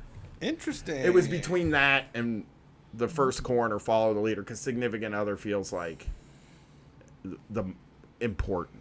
It's the Okay. one with Nookie on it. Yeah. You know what I mean? Yeah. That's a pretty important one. Yeah. Yeah. Significant Other was huge. It's got Rearranged, which is actually like our generation's like stairway to like the best song. It's like our I Want to Hold Your Hand. Like it pretty is much. the best song written while I've been alive. Yeah, so far. I think it is. I truly feel like the song. I'll say this on my on my other show, but it's the best song written since I've been alive, and Okay. that's just it. You Yeah. know? Can't argue. I can't argue with about your feelings about stuff in your life. Jonathan, thanks for calling. We really appreciate it. For sure. And we had. Thank you. Have a good night, Jonathan. Okay. Right. You know, it's funny. It's funny. That Corn thing was that Corn concert was like such a moment that was like so cool to me because like he did go to concerts when he was younger, but it was like he was into like a totally different scene. I loved Corn when I was a kid. Right, but you were in a different sort I was of like scene. 9 years old, Yeah, and yeah. this older kid was like, listen to this guy scream, dangerous words, and that first album. Yeah, I heard that when I was a little kid, and just grew out of it. I mean, I was always friends with guys that were like way more into it. If you're mad at your parents, and I did love that first Limp Bizkit. Counterfeit is like, I mean, that's still a song I turn that on sometimes. It's one that just still gets me going, yeah, I bump Rearranged a lot still. I'll listen to it 3 times in a row. I just think it's so great. But like, it is funny. It is really the people that go see those. It's the same thing when you go see ICP too. A lot of times. Well, I mean, and it's just like it's the feelings are selfish, but some of them, and they're bad, but they're just like deeply personal, and you can't get them anywhere else. Like they have like cornered the market on what they do. There's nothing comparable, I mean, a lot of people hate their fucking parents. Yeah, a lot of people. That unites us all. Yeah, I mean, most of us have like at least. I always meet my. Like, I mean, I don't know how. I think a lot. But I know a lot of goody two shoe people, man, that have great. I always sometimes I'm just astonished. But when that their mom texts them every day and says True. like I love you and True, shit. but we do also. I know a lot of people who would be like, "Oh, I totally love my parents. I don't have problems with them." But every time you talk to them, they're complaining about their parents. For sure. You know That's what I true. mean? That's true. It's like you have to say that you love your parents because that's what good people do. Right. I know plenty of people that have really fucked up relationships with their parents, but they're your parents. You just love them. That's what you do, and people never really critically kind of look at I maybe don't necessarily have to. You don't. Be as close to these people if they're just bringing me conflict and unhappiness. Yeah. Like, I don't hate my parents at all. I badmouth them a lot on the show or whatever. Sure. But, like, I also, I was always mad at them. And then when Gwen was born and I saw, like, how you could engage with a kid in a way and, like, do things my style, I was kind of like, this is the path of least resistance. Yeah, absolutely. They could have just done this. Yeah. But they made it hard. They made it hard all the time. Like, Yeah. it was always fucking hard. And, like, They didn't want to do the easy way because they probably fucking didn't care. I mean, honestly, when you have 5 kids, how can you love them all? fuck it. It's a litter of puppies. Yeah, that's how I feel. It's like if you have 5, if I had one more, I would probably like them less than Gwen. Yeah. I can't imagine liking another kid as much as I like Gwen. Yeah. You know what I'm saying? Well, Yeah. Could you imagine loving a kid as much as you did before you had her? You know what I mean? Like, I think... No. I love Gwen because she's cool as shit, and I don't want to, like, have any more. I would probably hate the kid if I had another one. Yeah, you don't want to roll the dice again. I know. Have you ever thought about having another one?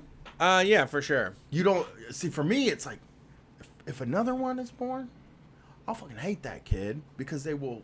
Now I'm so close We had a good thing. to, like, getting my Kids. life back. I got a whole good thing going Yeah, on. now would be crazy You for know? you. In a couple years, Gwen's gonna drive. She's gonna be out of the house. It's less than 2 years. 1.5 years. All right, ready to get this call on? Let's do it. Talkity talk. Thanks for calling Street Fight. Who we talking to? Oh shit, what up? It's Lucas. Hi, Hey. Lucas. How are you tonight? I'm doing well. How about you fellas? I'm okay. I'm feeling When okay. you're working. Yeah, we're doing a call queue. We're doing a cell phone or call center work right now. No, we're having fun tonight. No, I I am got too. Jeannie Welcome to earlier. Street Fight. We're How talking can to I help you? everybody. I've been drinking some of the Patton Oswald Scotch, the good shit, the Glen Really? Morangi. Oh, really? Yeah. You got like I did not pay for this. See, when I flex, it's because someone gave it to me. I've been able to just use my own charm to get expensive things instead of paying for it. You want a nip? You got So, the I the have to work in an Suntory hour. too. Huh? You got the Suntory too. I got Japanese whiskey. someone just sent me also. Thank you, Eric. Someone sent me a Suntory whiskey, the Hibiki blend, the Balance blend, a Harmony blend. I'm sorry. And I can't wait to fucking dig into that. They also sent me an authentic Jinbei, Yeah. which I'm going to fucking wear to Austin City Limits. Not the top, but definitely the motherfucking He's got the shorts. top and the short. I got a picture of him in the top and the shorts. I made it my wallpaper. Like, look, it's still my wallpaper. It used to be Street Fight. Now it's Brett and Jinbei. whatever. But the person that got you this, because I said this is the worst gift we've ever gotten from anybody because nothing for me was in it. It was all for Brett. Okay. It was like, fuck this gift. It's like I was gonna be a real dick about it, but he did get a hold of me and was like, hey, I'm in Japan. I know you like that wrestling. Yeah. Can I hook you up? So the B man might be. I said I will pay him. I offered to pay. But I get a Tai Chi shirt because you can't get them in America. Yeah. I want a New Japan Tai Chi, like the wrestler Tai Chi. I want his shirt because he's badass and he rules. Yeah. And like you can't buy him in America, so I want good wrestling shirt would be For just sure. the best because it's just Yeah, I would love. I've looked at importing them, but then I'm like, I don't want to spend $50 or $60 on a T-shirt. I'm just like, why would I do that? I have so many up there that are fine, and I can get them down the road for $7. They sell a lot of the New Japan stuff on Pro Wrestling Tees now, but Yeah, there's some not guys the good that shit. yeah, I no, gotta they're have not. that. You gotta give me the stuff from the I know. Japan. I gotta have the Japan shit. That's how I feel too. I don't fuck with Uniqlo, crossovers with the British companies or American shit. Well, I just, wanted the shirt. I thought it Yeah. would be. Good idea. Good idea. Tai Chi's a wrestler that I like. Yeah. So, Yeah, and love it. they, like I said, they would never And sell I that just- here because for some reason people hate him. So Yeah. All right. Sorry. No worries, all good. So I wanted to call in and talk a little bit about my job and like a lot of different aspects of my job, like kind of tie into Street Fight. So I'm a PCA, which is a personal care attendant for individuals with disabilities. Okay. And with my particular client, when I'm spending time with him, we're always either volunteering, working, or working on getting work or getting community access, which could be defined as a lot of different stuff. But basically, we've done like 20, maybe 30 job applications in the last 2 months and had 4 or 5 interviews. And there have been some incredibly unpleasant people that we've had to deal with, and I just want to vent about the frustrations of trying to find a job for somebody is challenging enough, and then there's people that just like look at the situation and don't want to get involved and don't want to give a person with a disability a chance to have a normal job and work in kind of a community setting. Oh, wow. Like, So put somebody on blast. what? Naming names? You're gonna name names? Well, I don't know his name. Oh, you don't He's have just to. a dickhead. I don't know. I don't know his actual name. I would like to add, like, so basically, like, if I'm getting I'm trying to get this, I'm trying to kind of figure it out, right? Is like, so you have a client that you work with, and you know, you kind of help them get through life, help them get a job, help them make sure that everything's taken, sort of, you're helping him, or you're helping them, like, do for themselves, and you're trying to get them a job right now. And So it involves the role of a PCA can be anything from like helping this person cook meals in their own home, helping them bathe. Like it could be a ton of different stuff. My client is a I can't like divulge too much, and I don't want to get real specific or anything, but he's able to get a job, so that's what our goal is. Not everybody spends their time doing the same kind of stuff I do. My job could be a ton of different things depending on the needs of my client, but he lives with his mother. He is an adult, but like she makes sure that he's fed and gets showered and cuts his nails and everything. I don't do anything that's like nursing related, but I just kind of help him find work. There are agencies where like they have programs to find people with disabilities jobs, and unfortunately I can't really use those programs and stuff because I'm basically supposed to be that program. I'm supposed to work with him to get a job the old-fashioned way with applications and interviews and just get a job like anybody else would. And that's proven to be pretty difficult. I mean, like, you know, bosses are already kind of pricks about who they hire in any situation. I mean, they won't hire pregnant women or women. A lot of them will say, like, oh, we won't hire women that are planning to get married or get pregnant. Early 20s. Shit like that. And like, I can't imagine. Is there like a type of job you're working on getting, or is it kind of you're open? So all of the applications and all of the paperwork and everything says like a little piece about do you want to claim a like are you a disabled person and are you able to accomplish this job with a reasonable accommodation? And I am basically that reasonable accommodation as his job coach. I'm supposed to be there with him when he's at work and making sure that the work gets done and he handles things well. So whatever he gets a job doing, I will have some experience working in that field, and like I'll be doing that job too. So we're applying at like just retail stores in the mall. We applied at some farms during the summertime. We were hoping to get some work. All over the place, just anywhere that might be hiring. He's not great with like counting and money, but I'm able to help him with it, and he could do any of these jobs that we've applied for. But our general MO is to introduce ourselves to a person at the store, ask if they're hiring, and then they tell us it's online because every application is online now. But it's still good for us to like make contact and speak to somebody in the store and kind of be able to explain the situation in person a little bit better because an application online doesn't capture all of the relevant info. So we like to introduce ourselves ahead of time, or sometimes we'll apply online and then go to the store and ask to speak to a manager and just be like, hey, how's it going? We just put in an application. This is the name. Let me know if you have any questions. I'm here to help him get a job and like do the job.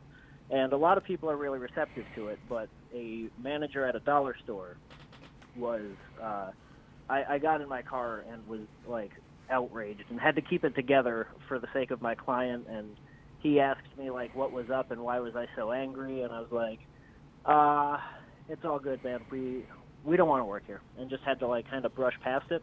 But then we went to the store, and we had already applied online. I asked for the manager. He was stocking shelves. We went and found him. He took like one look at us, and I was like, hey, how's it going? I'm a job coach for my buddy here. We're interested in applying. And he just starts waving his arms, and he was like, no, we're just going to just hire whoever's online, whoever applies, and whoever the most qualified person is there. I was like, okay, I understand that. We already applied. I just want to kind of explain a little bit more. And he's like, I don't need to hear anymore. I'm not interested. And I was like, all right, can I leave a copy of his resume? And he was like, yeah, sure. Put it right there on the cart. So I put it on the cart, and I got in the car, and I was fuming pissed. And then I went back inside, and I snatched it back, and I was like, I'm just going to give this to somebody that's not going to throw it away. And stormed out of there. And I felt a little bit better. Nice. But not a lot better.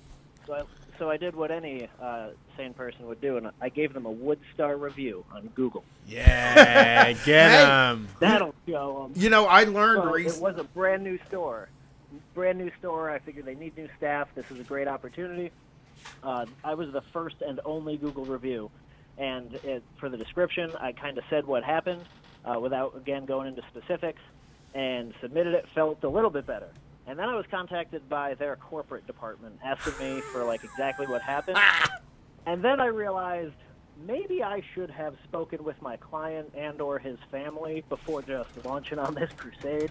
Like, I was just real pissed off, and it's not right, but I don't know if it was really my place to go and, like, kind of launch into this. So I just explained to whoever contacted me what happened, and that I explained it and kind of told them I wasn't really looking at working there anymore with my client.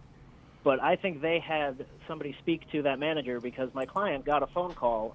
They said, hi, we'd like to speak to such and such. And his mom said, oh, it's for you. And he answered it, said hello. And they said, are you still interested in working at Dollar General? And he said, yes. And they said, okay. And then hung up on him immediately. Jesus. So I think somebody from corporate told them, hey, you have to, like, follow this up. You can't just, like, brush this off. This is terrible. We've got, like, our first review in the community with this brand new store. That's all people are going to see when they Google it. You got to fix this. And then he called him back and he said, yes, he was interested. They hung up on him. And I was like, we don't want to work there. This is not worth, the family isn't the type to be like, oh, fuck it, let's sue. And I'm not really, it's not my place to advocate for that. I got them in more involved than they wanted to be. They probably were just fine with brushing it off, but yeah, it's a rough thing. It's tough for normal. I hate, that's not good terminology. That's not very good. But it's tough for anybody to get a job, and for the people that I'm working with to be, like, just shot down so rough is it's discouraging.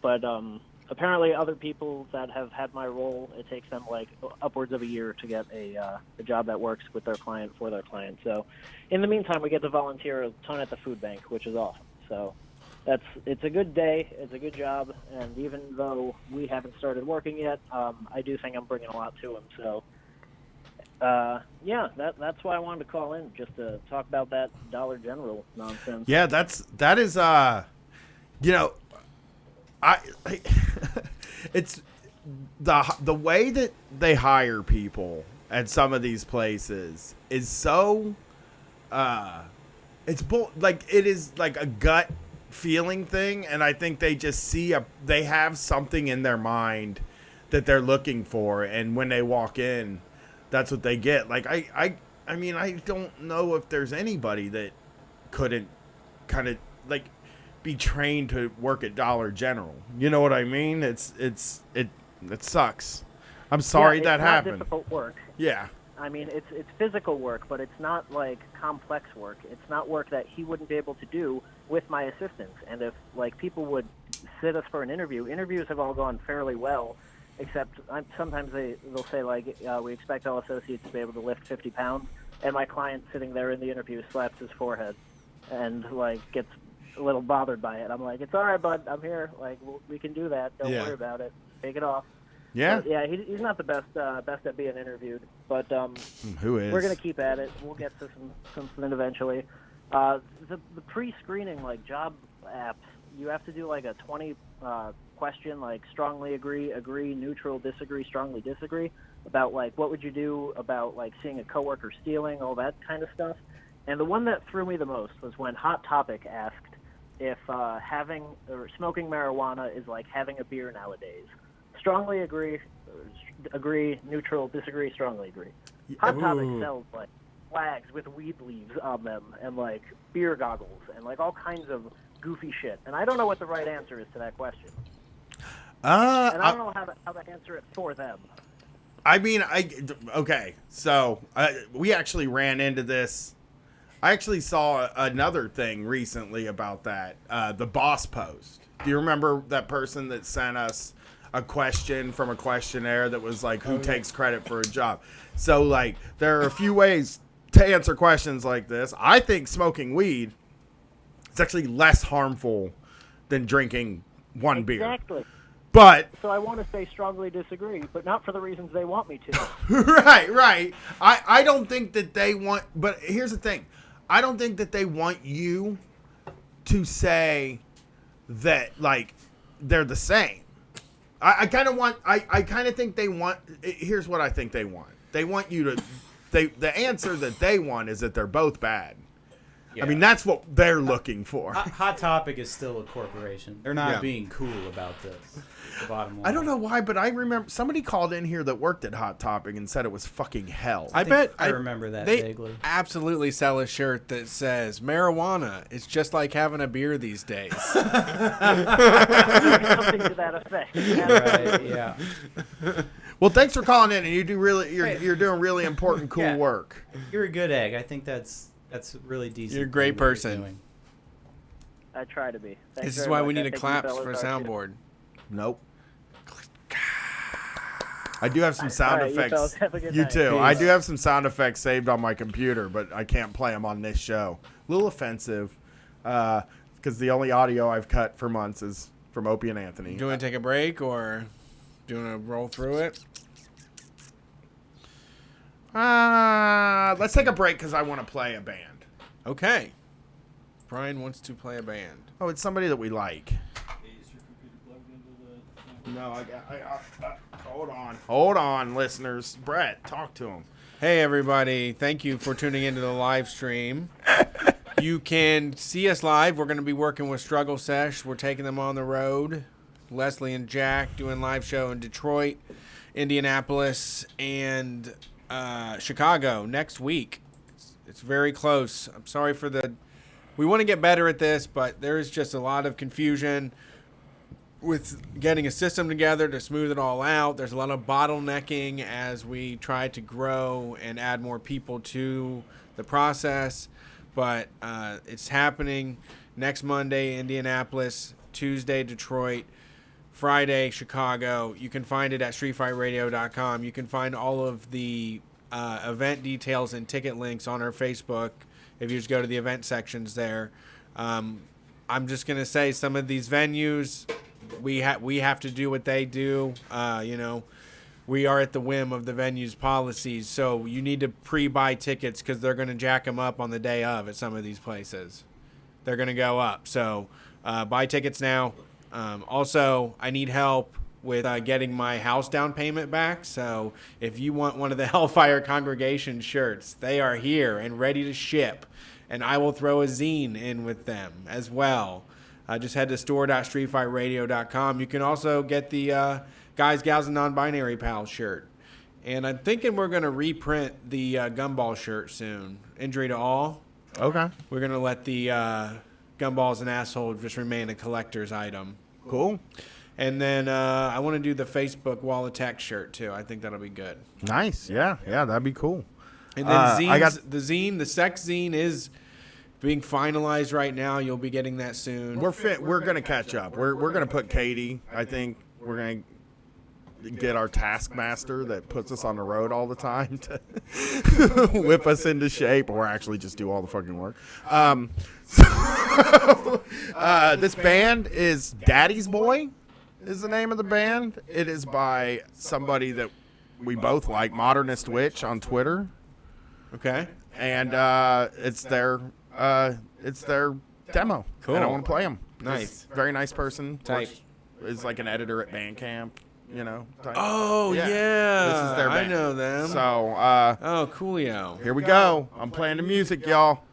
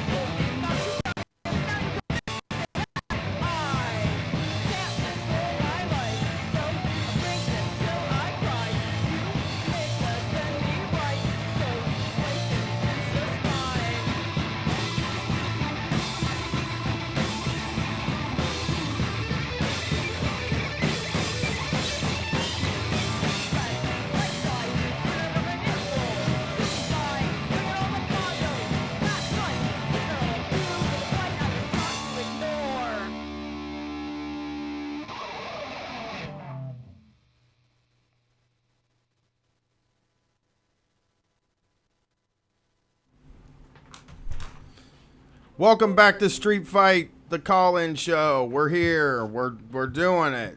I don't know about next week because I don't know what our setup is, and Jack and Leslie are going to be here. So we might just do 4 dudes talking. We haven't, and we're giving Jason a vacation. So I don't know if we even know how to take calls. Welcome back to the show. We're going to be in Detroit.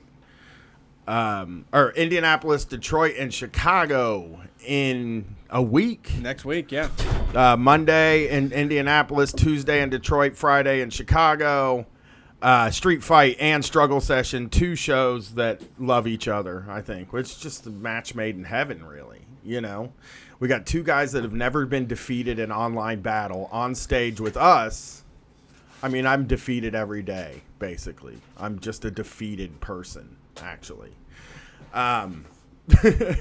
But yeah, we got Leslie and Jack coming on tour with us. We got a tour we're announcing soon in Texas where we have a special guest with us. And yeah, I hope to be working with some surprise combat sports crossover maybe in Texas as well. Yep.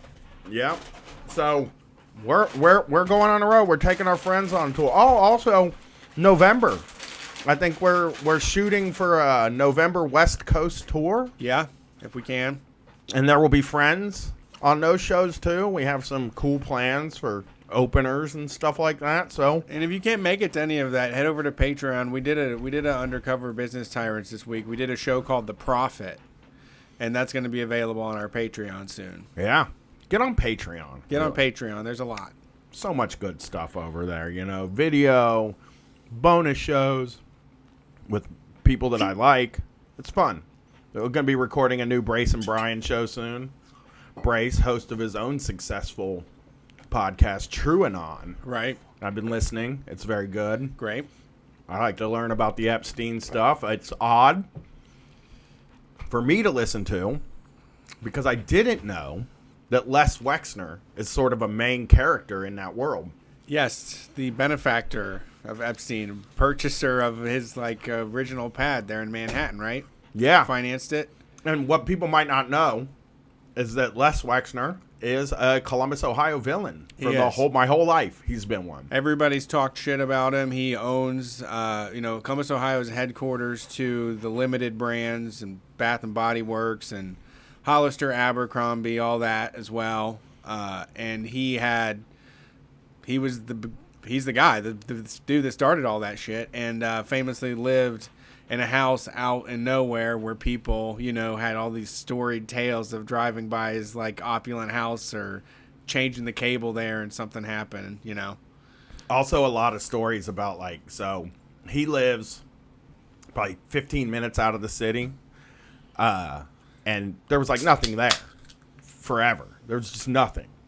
So the story is that he built a mall there.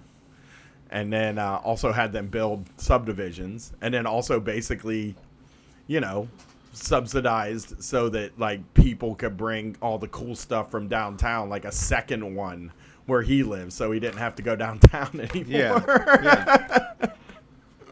Just old rich guy stories. Every state, every city has the local rich guy that's evil, and Les Wexner was ours. So. Yep. Big time villain. Weird to hear his name. All right, let's see who's on the line here. This one's been waiting a while. Thank you for your patience. Thanks for calling Street Fight. Who are we talking to?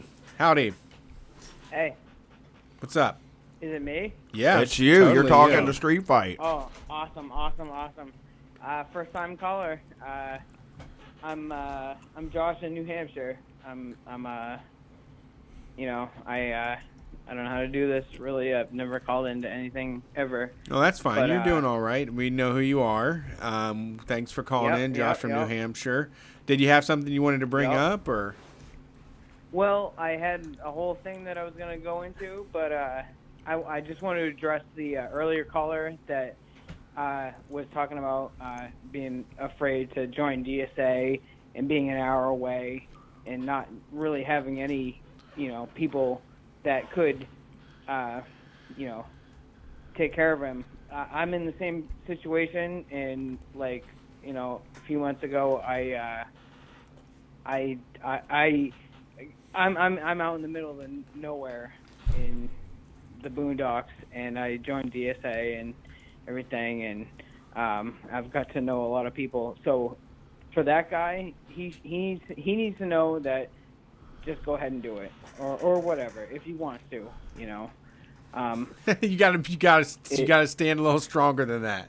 Just tell him to jump, right? You gotta kick his ass. Tell him to jump and make the drive, and go Just do it, meet yeah. the people. When you're there, it's gonna be way simpler and right. not as complex as you would expect. That's right.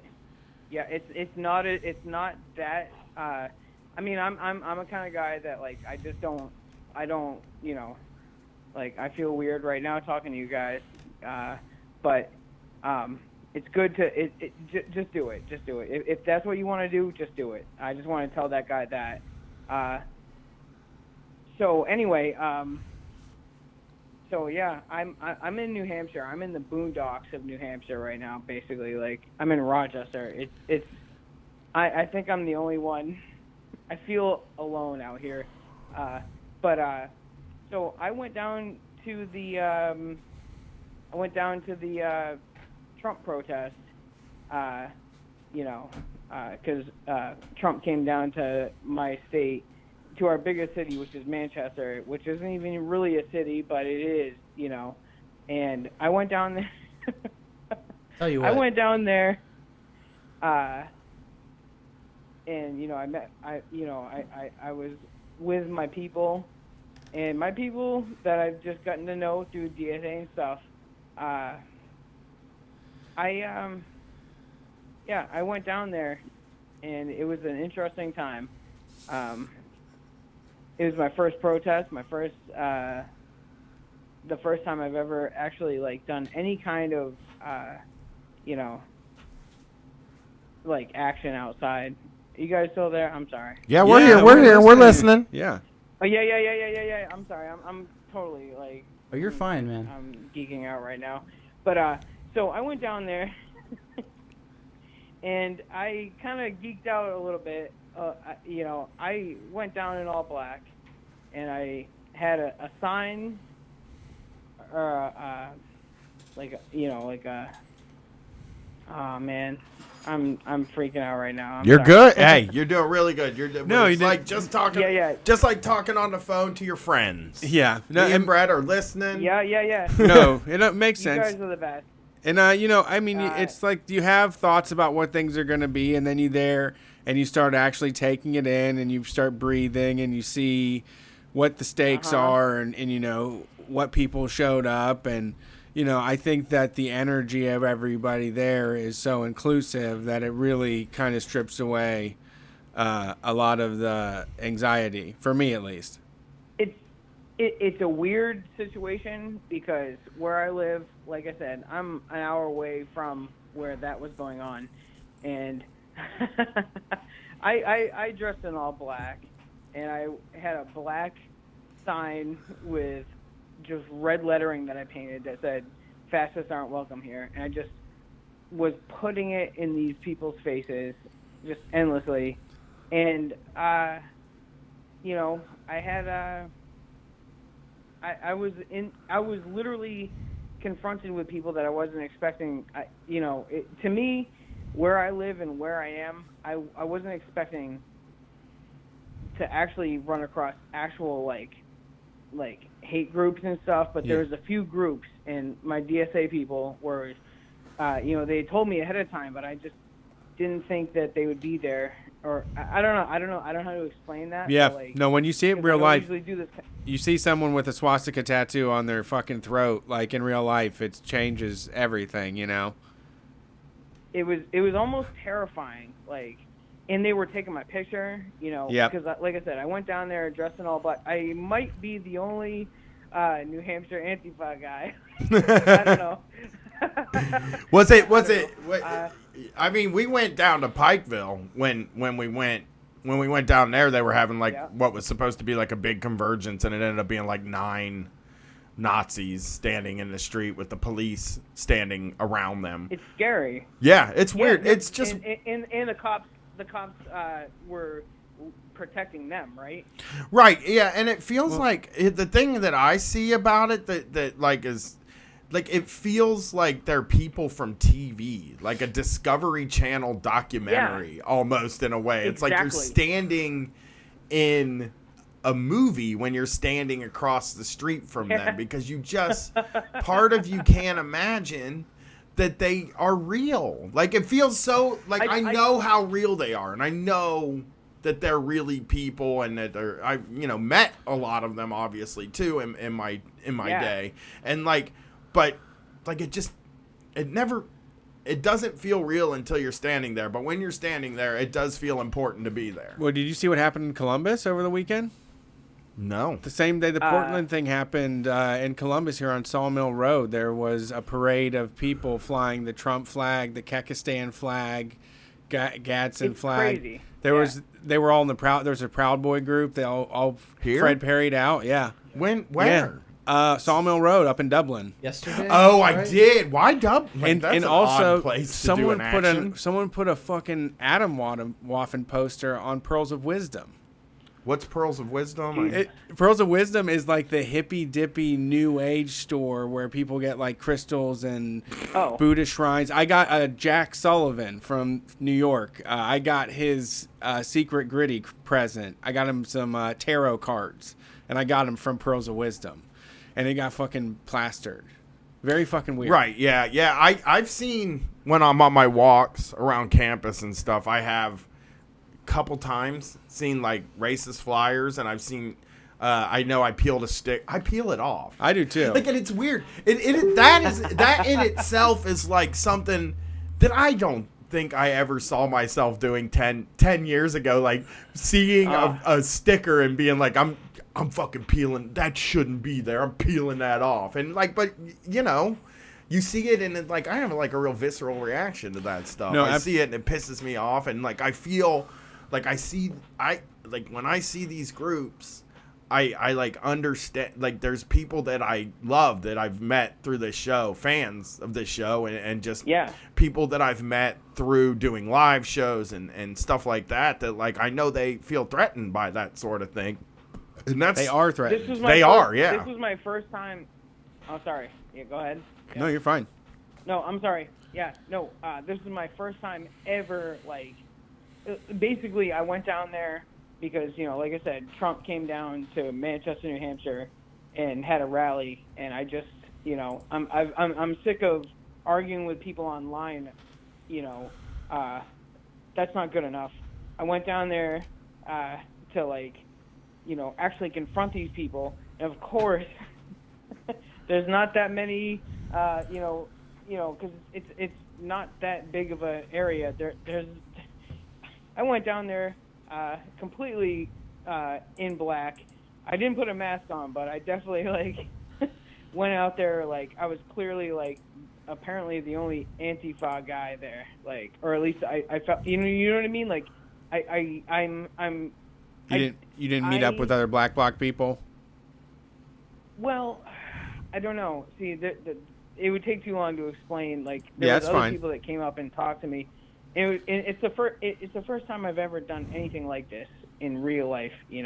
Like, it's easy to just go out online and just argue with people and just But it was the first time I'd ever actually like come across like actual like white supremacists and Nazis and shit. And they told me, they were like, yeah, you're gonna see some people that are like 3%ers and like other like groups that are pretty scary, and they were taking my picture. They were like, you know what I mean? Yeah. Because I was the only, it was kind of like a lot of just regular liberals. Like it was one of those kind of protests, Yeah. And I was the only one out there like just being like, you know what, fuck you. And I mean, I could tell a million stories about that, but I don't want to take too much time. But but it was worth it, is what you're saying. Yeah, it was awesome. It felt like $1 million afterwards, but also the next day I felt so scared because I definitely am gonna be like, I don't know. A lot of people took my picture, You know what I'm saying? Like, Yeah, a lot of lazy, but you know- oafish people that just want to fight online and go prance around in the streets with the protection of the cops. Got your picture. So Well, I'll tell you that. So, it was interesting that we weren't allowed to go into the Trump rally people because they had us separated. They gave us they gave the protesters one street to be in, and we weren't allowed to go to their side, but they were allowed to just freely come into our side. And that's when it started to get weird. Like, people were getting in my face, and they were all drunk. I'm Really? To be honest, I'm a little bit drunk. Yeah, I'm a little bit drunk right now, so I'm sorry. sure, everybody is. Man, you guys are like one of my sorry, I'm We fucking appreciate up it. right now. Yeah, we got the call queue just filled up. I think we're going to have to switch to a speed round. Absolutely. Yeah, absolutely. Do you want to, or we? But anyway, Yeah, let's I do can it. drop the last two or something. Tell them to fuck off. Let's do it. No, it's not. We got an hour left. Oh, we no, do? Yeah. Wait, hold on. So what's going on? Go ahead. We're good. Yeah, We're good. Okay, good. Yeah. Yeah, I'm super nervous. I've never called into a show before, and I've never called into a street fight, and you guys are my heroes. I gotta tell you the truth. I've never called into a show before, actually, unless like they told me to call in and I was like a guest. So I know the feeling. I would be nervous too. I'm super nervous. I thought it was gonna go a lot better. You did but great. Anyway, I'm just saying that New Hampshire, there's at least one guy, and that's me. That is, I went out there and I pushed a sign in front of a bunch of people, and yeah, okay. You know what? I need to go. All Yeah, right. Well, you have a thank you. good night. Have fun. Drink. Yeah, Don't. You did great. No, it's all right. Have a celebratory drink. We're gonna take that audio and we're gonna cut it into a commercial, like a kind of a propaganda commercial that'll be a spoof, and it'll be called Antifa of One. Yeah. It'll be like an Army of One campaign that the military did, but we'll just do Antifa of One and have one guy like training out in the sticks of New Hampshire, to be ready to bash the fash. Yeah. Yeah. Okay. All Yeah, right. I like it. Oh my goodness gracious, you people stay up too late. All right, next call. Thanks for calling Street Fight. Who are we talking to? Hello? Oh no. Computer. Work. There we go. Hello. Hello. Howdy. How's it going? Everybody that's on hold, say hello. Is this a skeleton? Hello? Oh Okay, no. well there you go. You There's just some meat that on didn't them work, bones. though. That didn't actually work because they still don't know they're on the air. Oh, that's true. Hello? Have they You're found here. Out? Have they Hey, found out? the person that you're on the Hey. air. Hey, how's it going? Me? Yes, you. You I are promise. me. Hey, I'm Abby from Vermont. Hi, I'm a Abby. New Hampshire guy. A lot of northeastern. Abby. A lot of northeastern callers tonight. How's it going, Abby? What's going on tonight? Oh, great. I have to be at work at 6 a.m., so I can't actually talk, but I get a teaser from my next call. Okay. All right. I like it. Either you can hear about when the State Department got me fired, or I want to bitch about overtime. Well, I got to hear why you got fired, to tell you the truth. Really? I'm an overtime person. Okay. Hey. I want to hear both. Well, let's fight it out. Let's actually. duke it out. Yeah. But I just got my Guys, Gals, and Non-Binary Pals shirt came today. Awesome. It's great. It's a good Awesome. shirt. It's a Yeah, soft one. Yeah. Oh, I love it. Thank you, guys. Yeah, I'll call back on the next show. I'm a working stiff. I got to be at work at 6 a.m. Message me your so- info, and next week we'll make sure you get pushed to the front. If we do it next week. 802. Gotcha. Oh, okay. Area code 802. Okay. You just message us. I'll write it Don't- down. Don't get the rest of it out.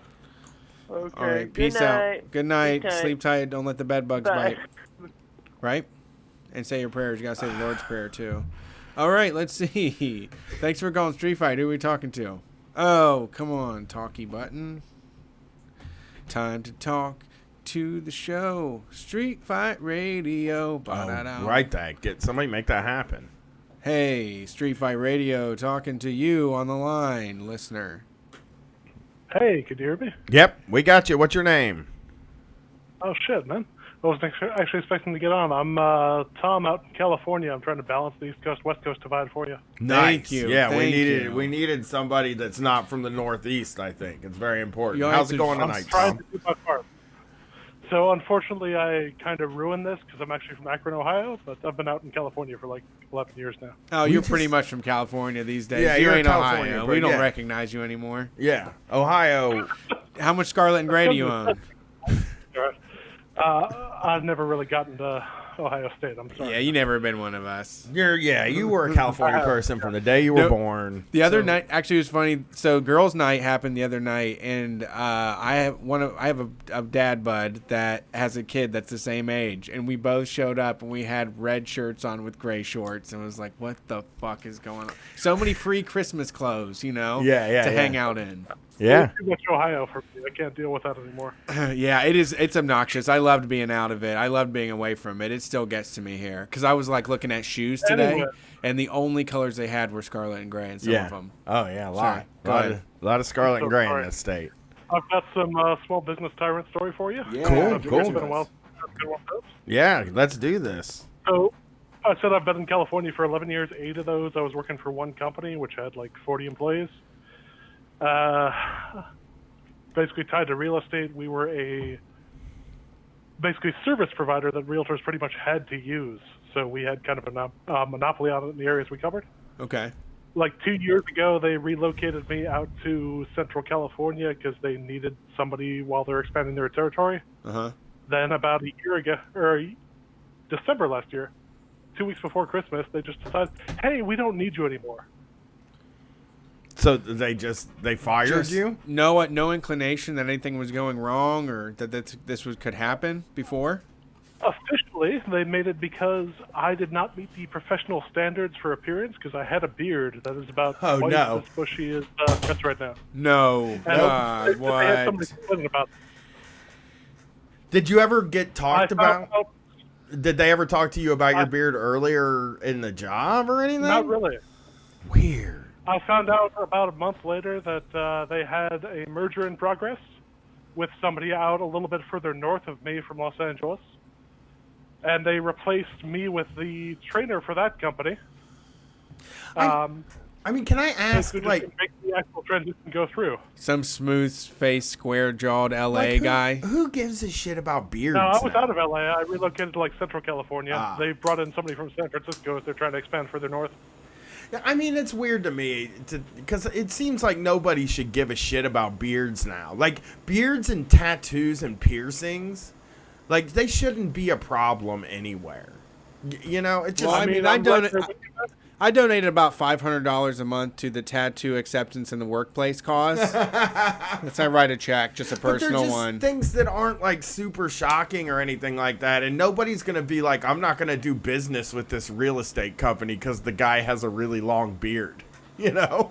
No, the funny part was like I had really good relationships with all the people I worked with. I was a field trainer, so I'm teaching people how to use the shitty systems my company makes. And I had like a dozen people reach out to me the day after I was let go. Hey, let me help you find a job. Yeah. So ended up working out, but I mean, not around Christmas. You ain't finding a Like, job 3 around months before I Christmas. actually got hired because Christmas is shitty for that. Yeah. But I'm at work. I actually just got a promotion last week. I'm going to be making as much as I was with the previous job. So I'm in pretty good shape. But yeah, it was just kind of a fuck you from them out of the blue. Yeah, that sucks. Yeah, that is man. bogus. It's crazy when they It make was more up. fun because I had been with them for 8 years total. I had a bunch of vacation days up. I took basically all of October off. Yeah. I came back, all of November off. I came back 1 week, the first week of December. Got a text from my boss saying, hey, can you meet us? We're going to be in your area next week. And they fucking met me at the... Shit, what the hell was it? Some Motel 6. Like a block from my house. They rented a meeting room in it to let me know they wouldn't need me anymore. Like a week before our Christmas party where we get our yearly bonuses. I mean, that Oh, just so they were just like, we were gone. They're like, man, we hated seeing your bearded ass face when you came back. We just hated that thing. Pretty much. Damn, you got fired in a Motel 6. I know. Right before the Christmas party, they were like, they wouldn't even give you like, pigs in a blanket. Yeah. Christmas party was great because normally the bonus was like $2,500 or something. Oh God! Yeah. Oh, that hurts news my that, heart. Like, with 3 days of notice, I'm like, yeah, okay, I'm kind of fucked. Yeah, because you're sitting I around. relocated for them about a year before I was let go. I bought a fucking house because I had the opportunity to. Yeah, And then yeah. You're sitting around Bought a thinking, car in October, like 2 months before I was officially let go, and then got that news. And I'm just like, yeah, okay, I'm kind of fucked right now. Let's see how this works. Yeah. yeah, you were like sitting around. You knew you were going to get that Christmas bonus. Back at the cable company, they would give you 2 Christmas bonuses, right? Every year, the first pay of December, they give you $100, and then the second pay of December, they would be like, hey, we decided to give you another $100. This is another bonus. And like, I from the first year I worked there, they did it every year. And every year I expected that second $100 check. And I know I would have been so furious if that $100 check didn't come that second week in December. Like, when Like I said, I was with them for 8 years. We had a bonus my first year. We had a bonus my second year, then never again until year 8. Then right before I was let go we were getting a bonus that year too. Ugh. So I skipped 6 years worth of it. I'm like, I know another one's coming. Fuck. Yeah, that fucking sucks. I mean, the beard thing is infuriating because I hate it. Like, when they have to come up with a reason, it's very funny to me. Like, it sucks for the person, but it's like, oh, it's your I didn't beard. even get pissed off when they were firing me. And it was my boss, her boss, who was like what the fuck was he, CIO? And an HR person on speakerphone. What a disgusting. I mean, how it's so incredible to be the person that like has worked for you for this long and is like, handed out bonuses to you before, and then it's just like, you know what? It's just, you're too unprofessional. It just is driving me crazy. It's driving us crazy. Like, to pretend like that's really an issue. It's fucked up, man. I'm sorry to hear that. Yeah. It's all good. I worked out for the better, I think. But yeah, it was some bullshit. Yeah, sometimes those shit places, it's better to just get spun out and try to figure something else because you're just going to get fucked either way. Yeah. They were going to get you no matter what, Well, have a great night. Thanks for calling in. Yeah, thank you. Yeah, that sucks ass. That's so weird. You feel like you'd have to write somebody, you'd have to give them a chance to shave? Yeah, it doesn't feel like, it feels like, but that's small. That was the crux of the small business tyrant issue, right? Yeah. It's like, if this was a corporation, a large company, somebody would have told you 5 times to shave. Yeah. Before it came time, because there's protocol. Yeah. But when you're working for a small business, there is no protocol. They're like, we just need a reason. Yeah. Oh, we got it. Well, I don't want to pay this guy's bonus out. I don't want to pay him for the rest of the year. Let's replace him. Let's just say he's been 8 years in fractions because he's been doing it for 8 years while he's here. That's termination.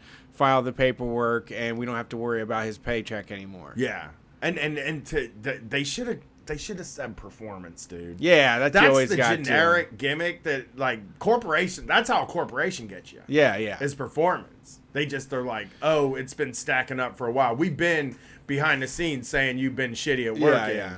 And we decided to fire you. All right, let's see who's next on the line. Thanks for calling Street Fight. Hey boys, how you doing? Great. How are you? Can you guys hear me all right? Yeah, I can hear you. Wonderful. All right, awesome. Is Josh still around? Yeah, Josh is here. He's chilling. All right. I think hey, we're all... Josh, how you doing? I'm awesome. good, buddy. How are you? Not too bad. So this is Alf de Vella from the Twitter. Oh yeah. Hey, what's up, bud? It's been a while since. Yeah. Not much. We saw you in Atlanta. I saw you guys up there. Say that name again. Both shows. It was awesome. It was wonderful. Both So shows. there happened to be a lot of DSA folks around. That was kind of weird, but I was just in Atlanta to see you guys. Yeah, there were a lot. So, but the fun thing though, I had a really nice experience because I ran into some GSA folks from up here in the Red River Valley of the North, and I was able to convince a couple of them to come to the show. The one that came to the first night in Atlanta, they bought the Guys, Gals, and Non-Binary Pals shirt, and It's a great So- shirt. I don't know. Yeah, and I was really happy that she was able to get that one because she's also the first. She's a teacher, right? So and they do women's studies, and she was the first person to ever hand me a Chris Kraft article, and the article was titled "How Can I Be a Sexist? I'm an Anarchist," and it's one of those articles that someone, you get a recommendation and you just kind of ignore it for a while. Well, this is one I actually picked up and read front to back, and but that article changed my life, and so the least I could do was at least get her to a street fight show. So anyway, I think I returned the favor, maybe not, but Cool. Cool. Yeah, I'll check that out. I'll Hell read that yeah. article. I'll read an article. I read. awesome. So I do. that's just something I do. sometimes. This is a little thing I do sometimes. It's like I'll just read, and it'd be like, "Oh, I took this in. It made me very intelligent." That and, is wild. Yeah, it's Right. something Tell I you do. what. It's like a little, there's a few sometimes. other things. You want to hear what's going on over here? I just found a portable Yeah. bidet on the internet, and I'm looking at it, and Portable. I'm thinking about buying it. That's what you're reading about. Okay. That's Yeah, what I you're apologize for doing. Here's what happened. I'm checking all the stuff when I'm doing the show. I'm checking all the stuff. An ad comes up on Facebook. The portable bidet. I'm not going to say the name of the company because they're not paying us any fucking money. But if they would love to, I will say the name of the company if they send me a portable bidet. But now I want one because when I leave to go on tour, I don't have my bidet, which I have grown accustomed to now. And okay, how does it work? Is it is battery powered or is it foot powered? Well, I'm glad you asked. It has a mini USB charger, Oh my god. and it's like it looks like a lightsaber, sort of. Uh-huh. And you fill it with a little bit of water. You put it together. I'm over here trying to figure out how you get it Let me tell you to clean your butt. Here's what you do. You get a spray bottle and you just lean forward and you Yeah, spray I your was ass. Oh, well, see, here's the thing, though. I'm reading here, it says the portable bidet for eco-conscious humans, which I'm eco-conscious. Yeah, that's true. I'm a guy that cares about It the really, eco. it really just looks like a spray bottle. Squeeze Like bottle. around I had got though? one. My wife, when she had surgery after having her baby, she had to flush out the area so it didn't get infection. But I used the bottles as portable bidet because you could just blast off everything. I'm getting one of these. Okay, that's bigger than I thought it would be. It's I have a large. couple Okay. of those bottles as well. Seeing the picture. And So I am so they're sorry pretty to good. derail Pretty your good. call with this portable bidet, but No, not even. there's a Is picture. it you sit on it like a... Now I'm looking at a picture of a woman putting one in her purse. She's carrying her bidet right in her purse. Look, I could use that. It's like one of those flossers. One of the Brett, come over air. here and It's look like at the water. goddamn It's like a bidet. water What? pick. Actually, it's like I can carrying do around this. a water pick. Jason, For your can you butt? change Yeah. the shot for me? It looks like a plain lightsaber with a little charger. It's got a dock that you put on top of the toilet, and then Okay. there's a picture. Sweet. All right. And yeah, look, I'm into this bidet lifestyle. Really. I believe you. I'm a fancy guy, and I have one at my house. I'm showing the That is pretty people nice. in the chat this thing. Pretty nice little gimmick there. Pretty Don't nice buy little it Gimmick. until they give me one. Can you? But I'm sorry. I really want to apologize. Yeah, let's to you let's for get back calling to in. what Alf Davella here has to say. Yeah, I feel like a real piece of shit No. here. I'm good. I have to beat a bidet story now, so I don't know if I got nothing left. But Well, so I you did know wanna what remind really you, is though, the problem it's is been about a- now I'm on the website and I'm about to hit purchase. How much they want for that? I'm trying to find if it's less so than I am- $100, I'm doing it. Wow. Oh, it's an they're not that expensive. They can't be that Indiegogo. expensive. How much was it? It's an Indiegogo. It's not even made. They didn't even fucking make it. It's on like a wait list. Why do I get ads for things that aren't even It's just made a good idea. yet? It's a good idea. Yeah, now I'm sitting around thinking like, man, I gotta get myself a portable bidet. Like, that's all I'm thinking about now. All right. Now, seriously, we're back to the call here. I'm sorry this happened to you. Nope. So I just wanted to remind you, too, though, it's been about a year since I've called in, but I'm still the reigning champion. I am still the Street Fight Radio #1 middle manager.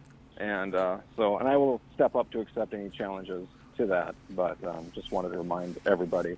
So It's going well? That's it. Like, okay. Yeah, right on. Going great. Well, cool. Going great. Thank you for... No one's bugging me. Forming unions, bringing people together. Yeah, good. Thank you. Thank you for being a good manager. We need more Street Fight managers out there that form unions, which you're not. I'm going to tell you something. You're not really supposed to do that. You're taking a real risk, but I like it. I like it. That's the kind of stuff me and Brett get into. But I'm trying to get that union to merge with the other union. That is all. So that way, because I'm a worker too. I don't get paid much more than the people I manage, and they're really the ones in charge. Oh. I just am kind of I'm just a shit umbrella, right? Like, it's trying to keep the stuff from above coming down. So, it sounds to me like you manage like I parent. Like, it's sort of like, hey, hey, you do your thing. If you got a problem, you can come to me. But look, just do your fucking thing. You know what I mean? All right. Yeah. Absolutely. I mean, like, I think like it would be nice if more management type people would like just trust that the people that they're managing know how to do their job, because I guess if they do a good job, the manager's okay. And like, you know, I don't see why. Well, and I think of it being a manager as more of like an admin assistant. If you have a really good admin assistant, you don't really need a manager. So just take some good cues from them. Just help people stay organized, get them the information they need when they need it, and just keep, and try to insulate folks from other nonsense. Yeah, that's and great. They talk to you, and learn their contract as well as you know your own, and it makes you literally a better human and a good manager. So. Cool. Well, thanks for calling in. I appreciate it. The portable bidet is the ultimate pack is $125 US. That is more than my non-portable bidet. That's a lot of so money I'm not for buying that. I'm out. Someone in the chat said, Missy Rogers said, they spent all that money for the meeting instead of giving them the bonus. I know. Like, what if they just like called you over the phone and said, now normally we would have rent a hotel room and we would pay all these people to come in to fire you. We're just going to give you all that money instead. Sorry. I'm sorry. Yeah, what are you doing? Messed up. I think workplaces need managers installed that are like kind of a street fight commissar, like a political officer. Yes. So an actual manager is like, all right, guys, we really need to buckle down and get this done. The street fight fan is in the corner like, yeah. I don't know about this. I don't like this. True. Right, let's see who's up next. Thanks for calling Street Fight. Who are we talking to?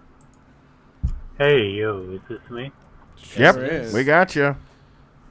Oh, shit, all right. Hey, this is Sam from Portland. Yeah. So I just wanted to talk to you guys. What's up? You guys had an eventful weekend. Hello? Oh, fuck. Oh, okay. No, am I back here? You're here. Yeah, You're what on. Portland? You're on. I'm sorry. Sorry. Which Portland is it? Oh, okay. Yeah, no, it bugged out for a second. I just wanted to talk to you guys for a second about, shitty fucking call center jobs and warehouse jobs that track your days down to the second. Okay. Like the typical Amazon shit. Yeah. And so I've been doing that basically since I was 16, but I found kind of a weird way out of it through just like janitorial work, if that sounds weird. Okay. Yeah, so I've basically spent my whole adult life just working jobs where every second of every day you got some guy hovering over your ass telling you what you do, how to do it. And all of a sudden, I just got some shitty janitor job paying minimum wage. And I can just kind of stroll around and take out the garbage and clean the floors, take a fucking nap in the closet just in the middle of the day. Yeah. And there's nobody there to give me shit.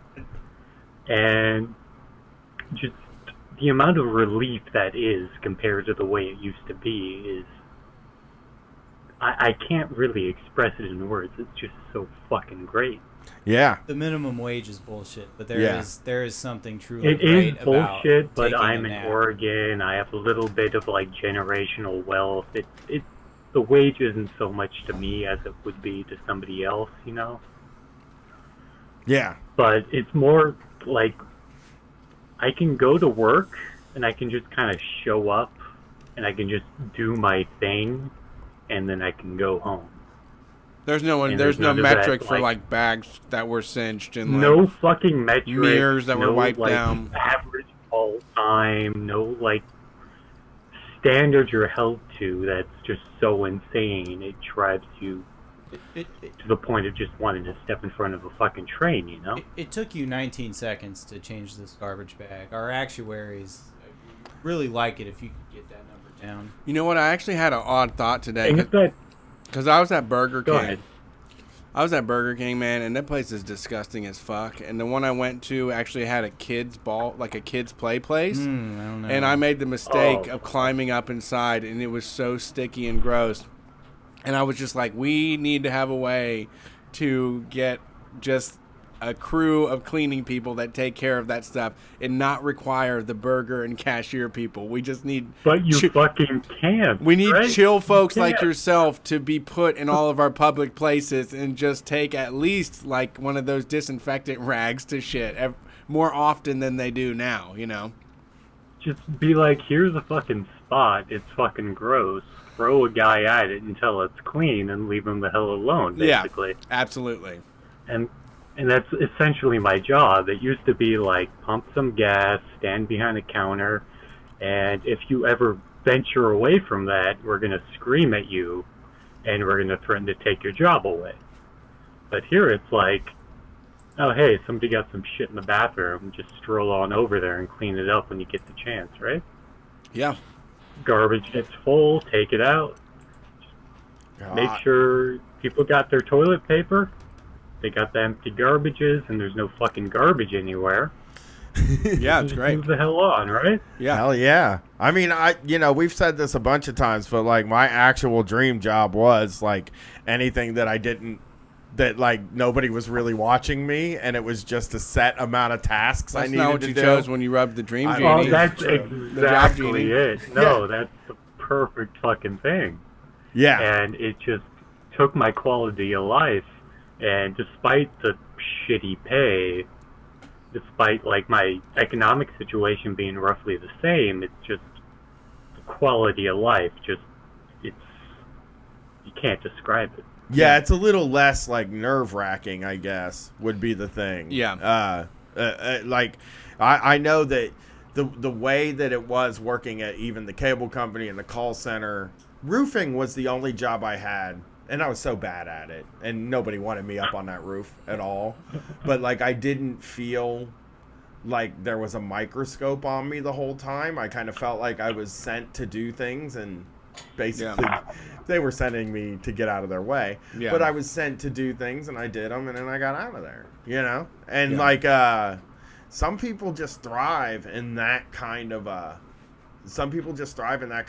environment, in like the call center or the service job that ruthlessly tracks metrics, and what you do during the day is just not for everybody. Yeah, And yeah. not everybody's going to be able to handle those jobs. I'm one of those people that Yeah. can't, you know? Yeah.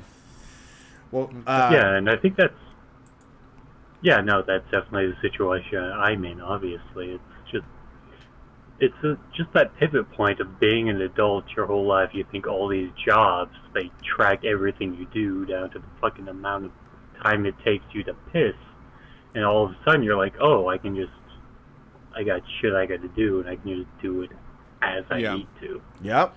Yeah. Well, thanks for calling in. We appreciate it. No, definitely. If you get the chance to do this shit, if you have that opportunity or you're in the same situation, do it if you can. Yeah. Appreciate it. Yeah, definitely. If you have generational wealth, give it a thought. Well, I mean, I think it's just. I think the work is good. It is, but it's hard to advocate for minimum wage, man. That shit sucks ass. Yeah. I'm sure this isn't how it works in real life, but I would love to be like the people that clean the hotel room, and I'd love to like clean the room and then just lay down for a while. And get back up. But not have like lack of food security or like your kids exactly. don't have like school supplies and shit.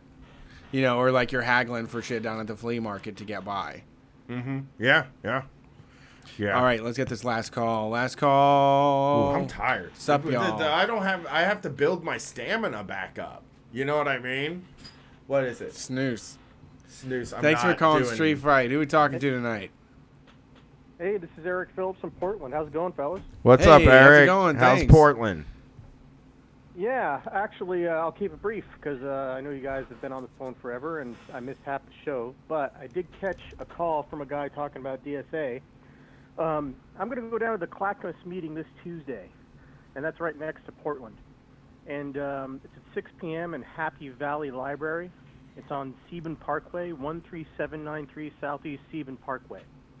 So if anybody is hesitant or wants a friendly face, shoot, I wish I already had a Street Fight shirt. I'd just wear it there, and that'd be easy to identify. But, you know, I'm like, I'll wear a black shirt. I'm about 5'8", you know, blonde hair, blue eyes, 45. You know, Cool. Even wants to meet up. If you missed the beginning of the show, You saw me, dude. Eric, I gotta say something. If you missed the beginning of the show, I did poo-poo the gift you sent Brett because it didn't have anything for me in it, but I did speak to you earlier, so we're all good now. Okay, just well, when you listen, I'll take my tongue lashing, but that's just all it really. I somebody was like, my wife and our friends were all like, "Oh, that's a really cool gift Brett got," and I was like, "I think it's a horse shit gift. There's nothing for me in it." I'm but bad about that. But it's okay. Like, I wish I had some badass kratom to give you or something, right? And then oh great, you got to try this shit. But I had like nothing. I get mad gifts. You know, I get tons of gifts that Brett doesn't get, so it's okay. And I also am in the market for a portable bidet right now that I've just learned that they exist. So that's just out there for all the listeners to hear. Thanks for calling. Thanks for calling in, though. We really appreciate it. Did you have a story or something? Nope, no stories or anything like that. Just mainly the DSA thing, and I'm actually glad that Brian brought that up in the sense that I wanted to say personally that, yeah, I did feel kind of shitty about that, but I'll get you something. No, you don't have to buy me gifts. I listened to you guys forever without being a patron, so it's kind of like, and I could have been, so call this like back payment. Oh, hey, you know what? Here's the deal. You don't have to be a patron. It's just very preferred that you're a patron because it helps gives us us make more a living. possibilities. Yeah. Well, how about this from the outside in? If you're in the position to be able to do it and you like the show, then you probably should. Yeah. There's a lot of stuff in there.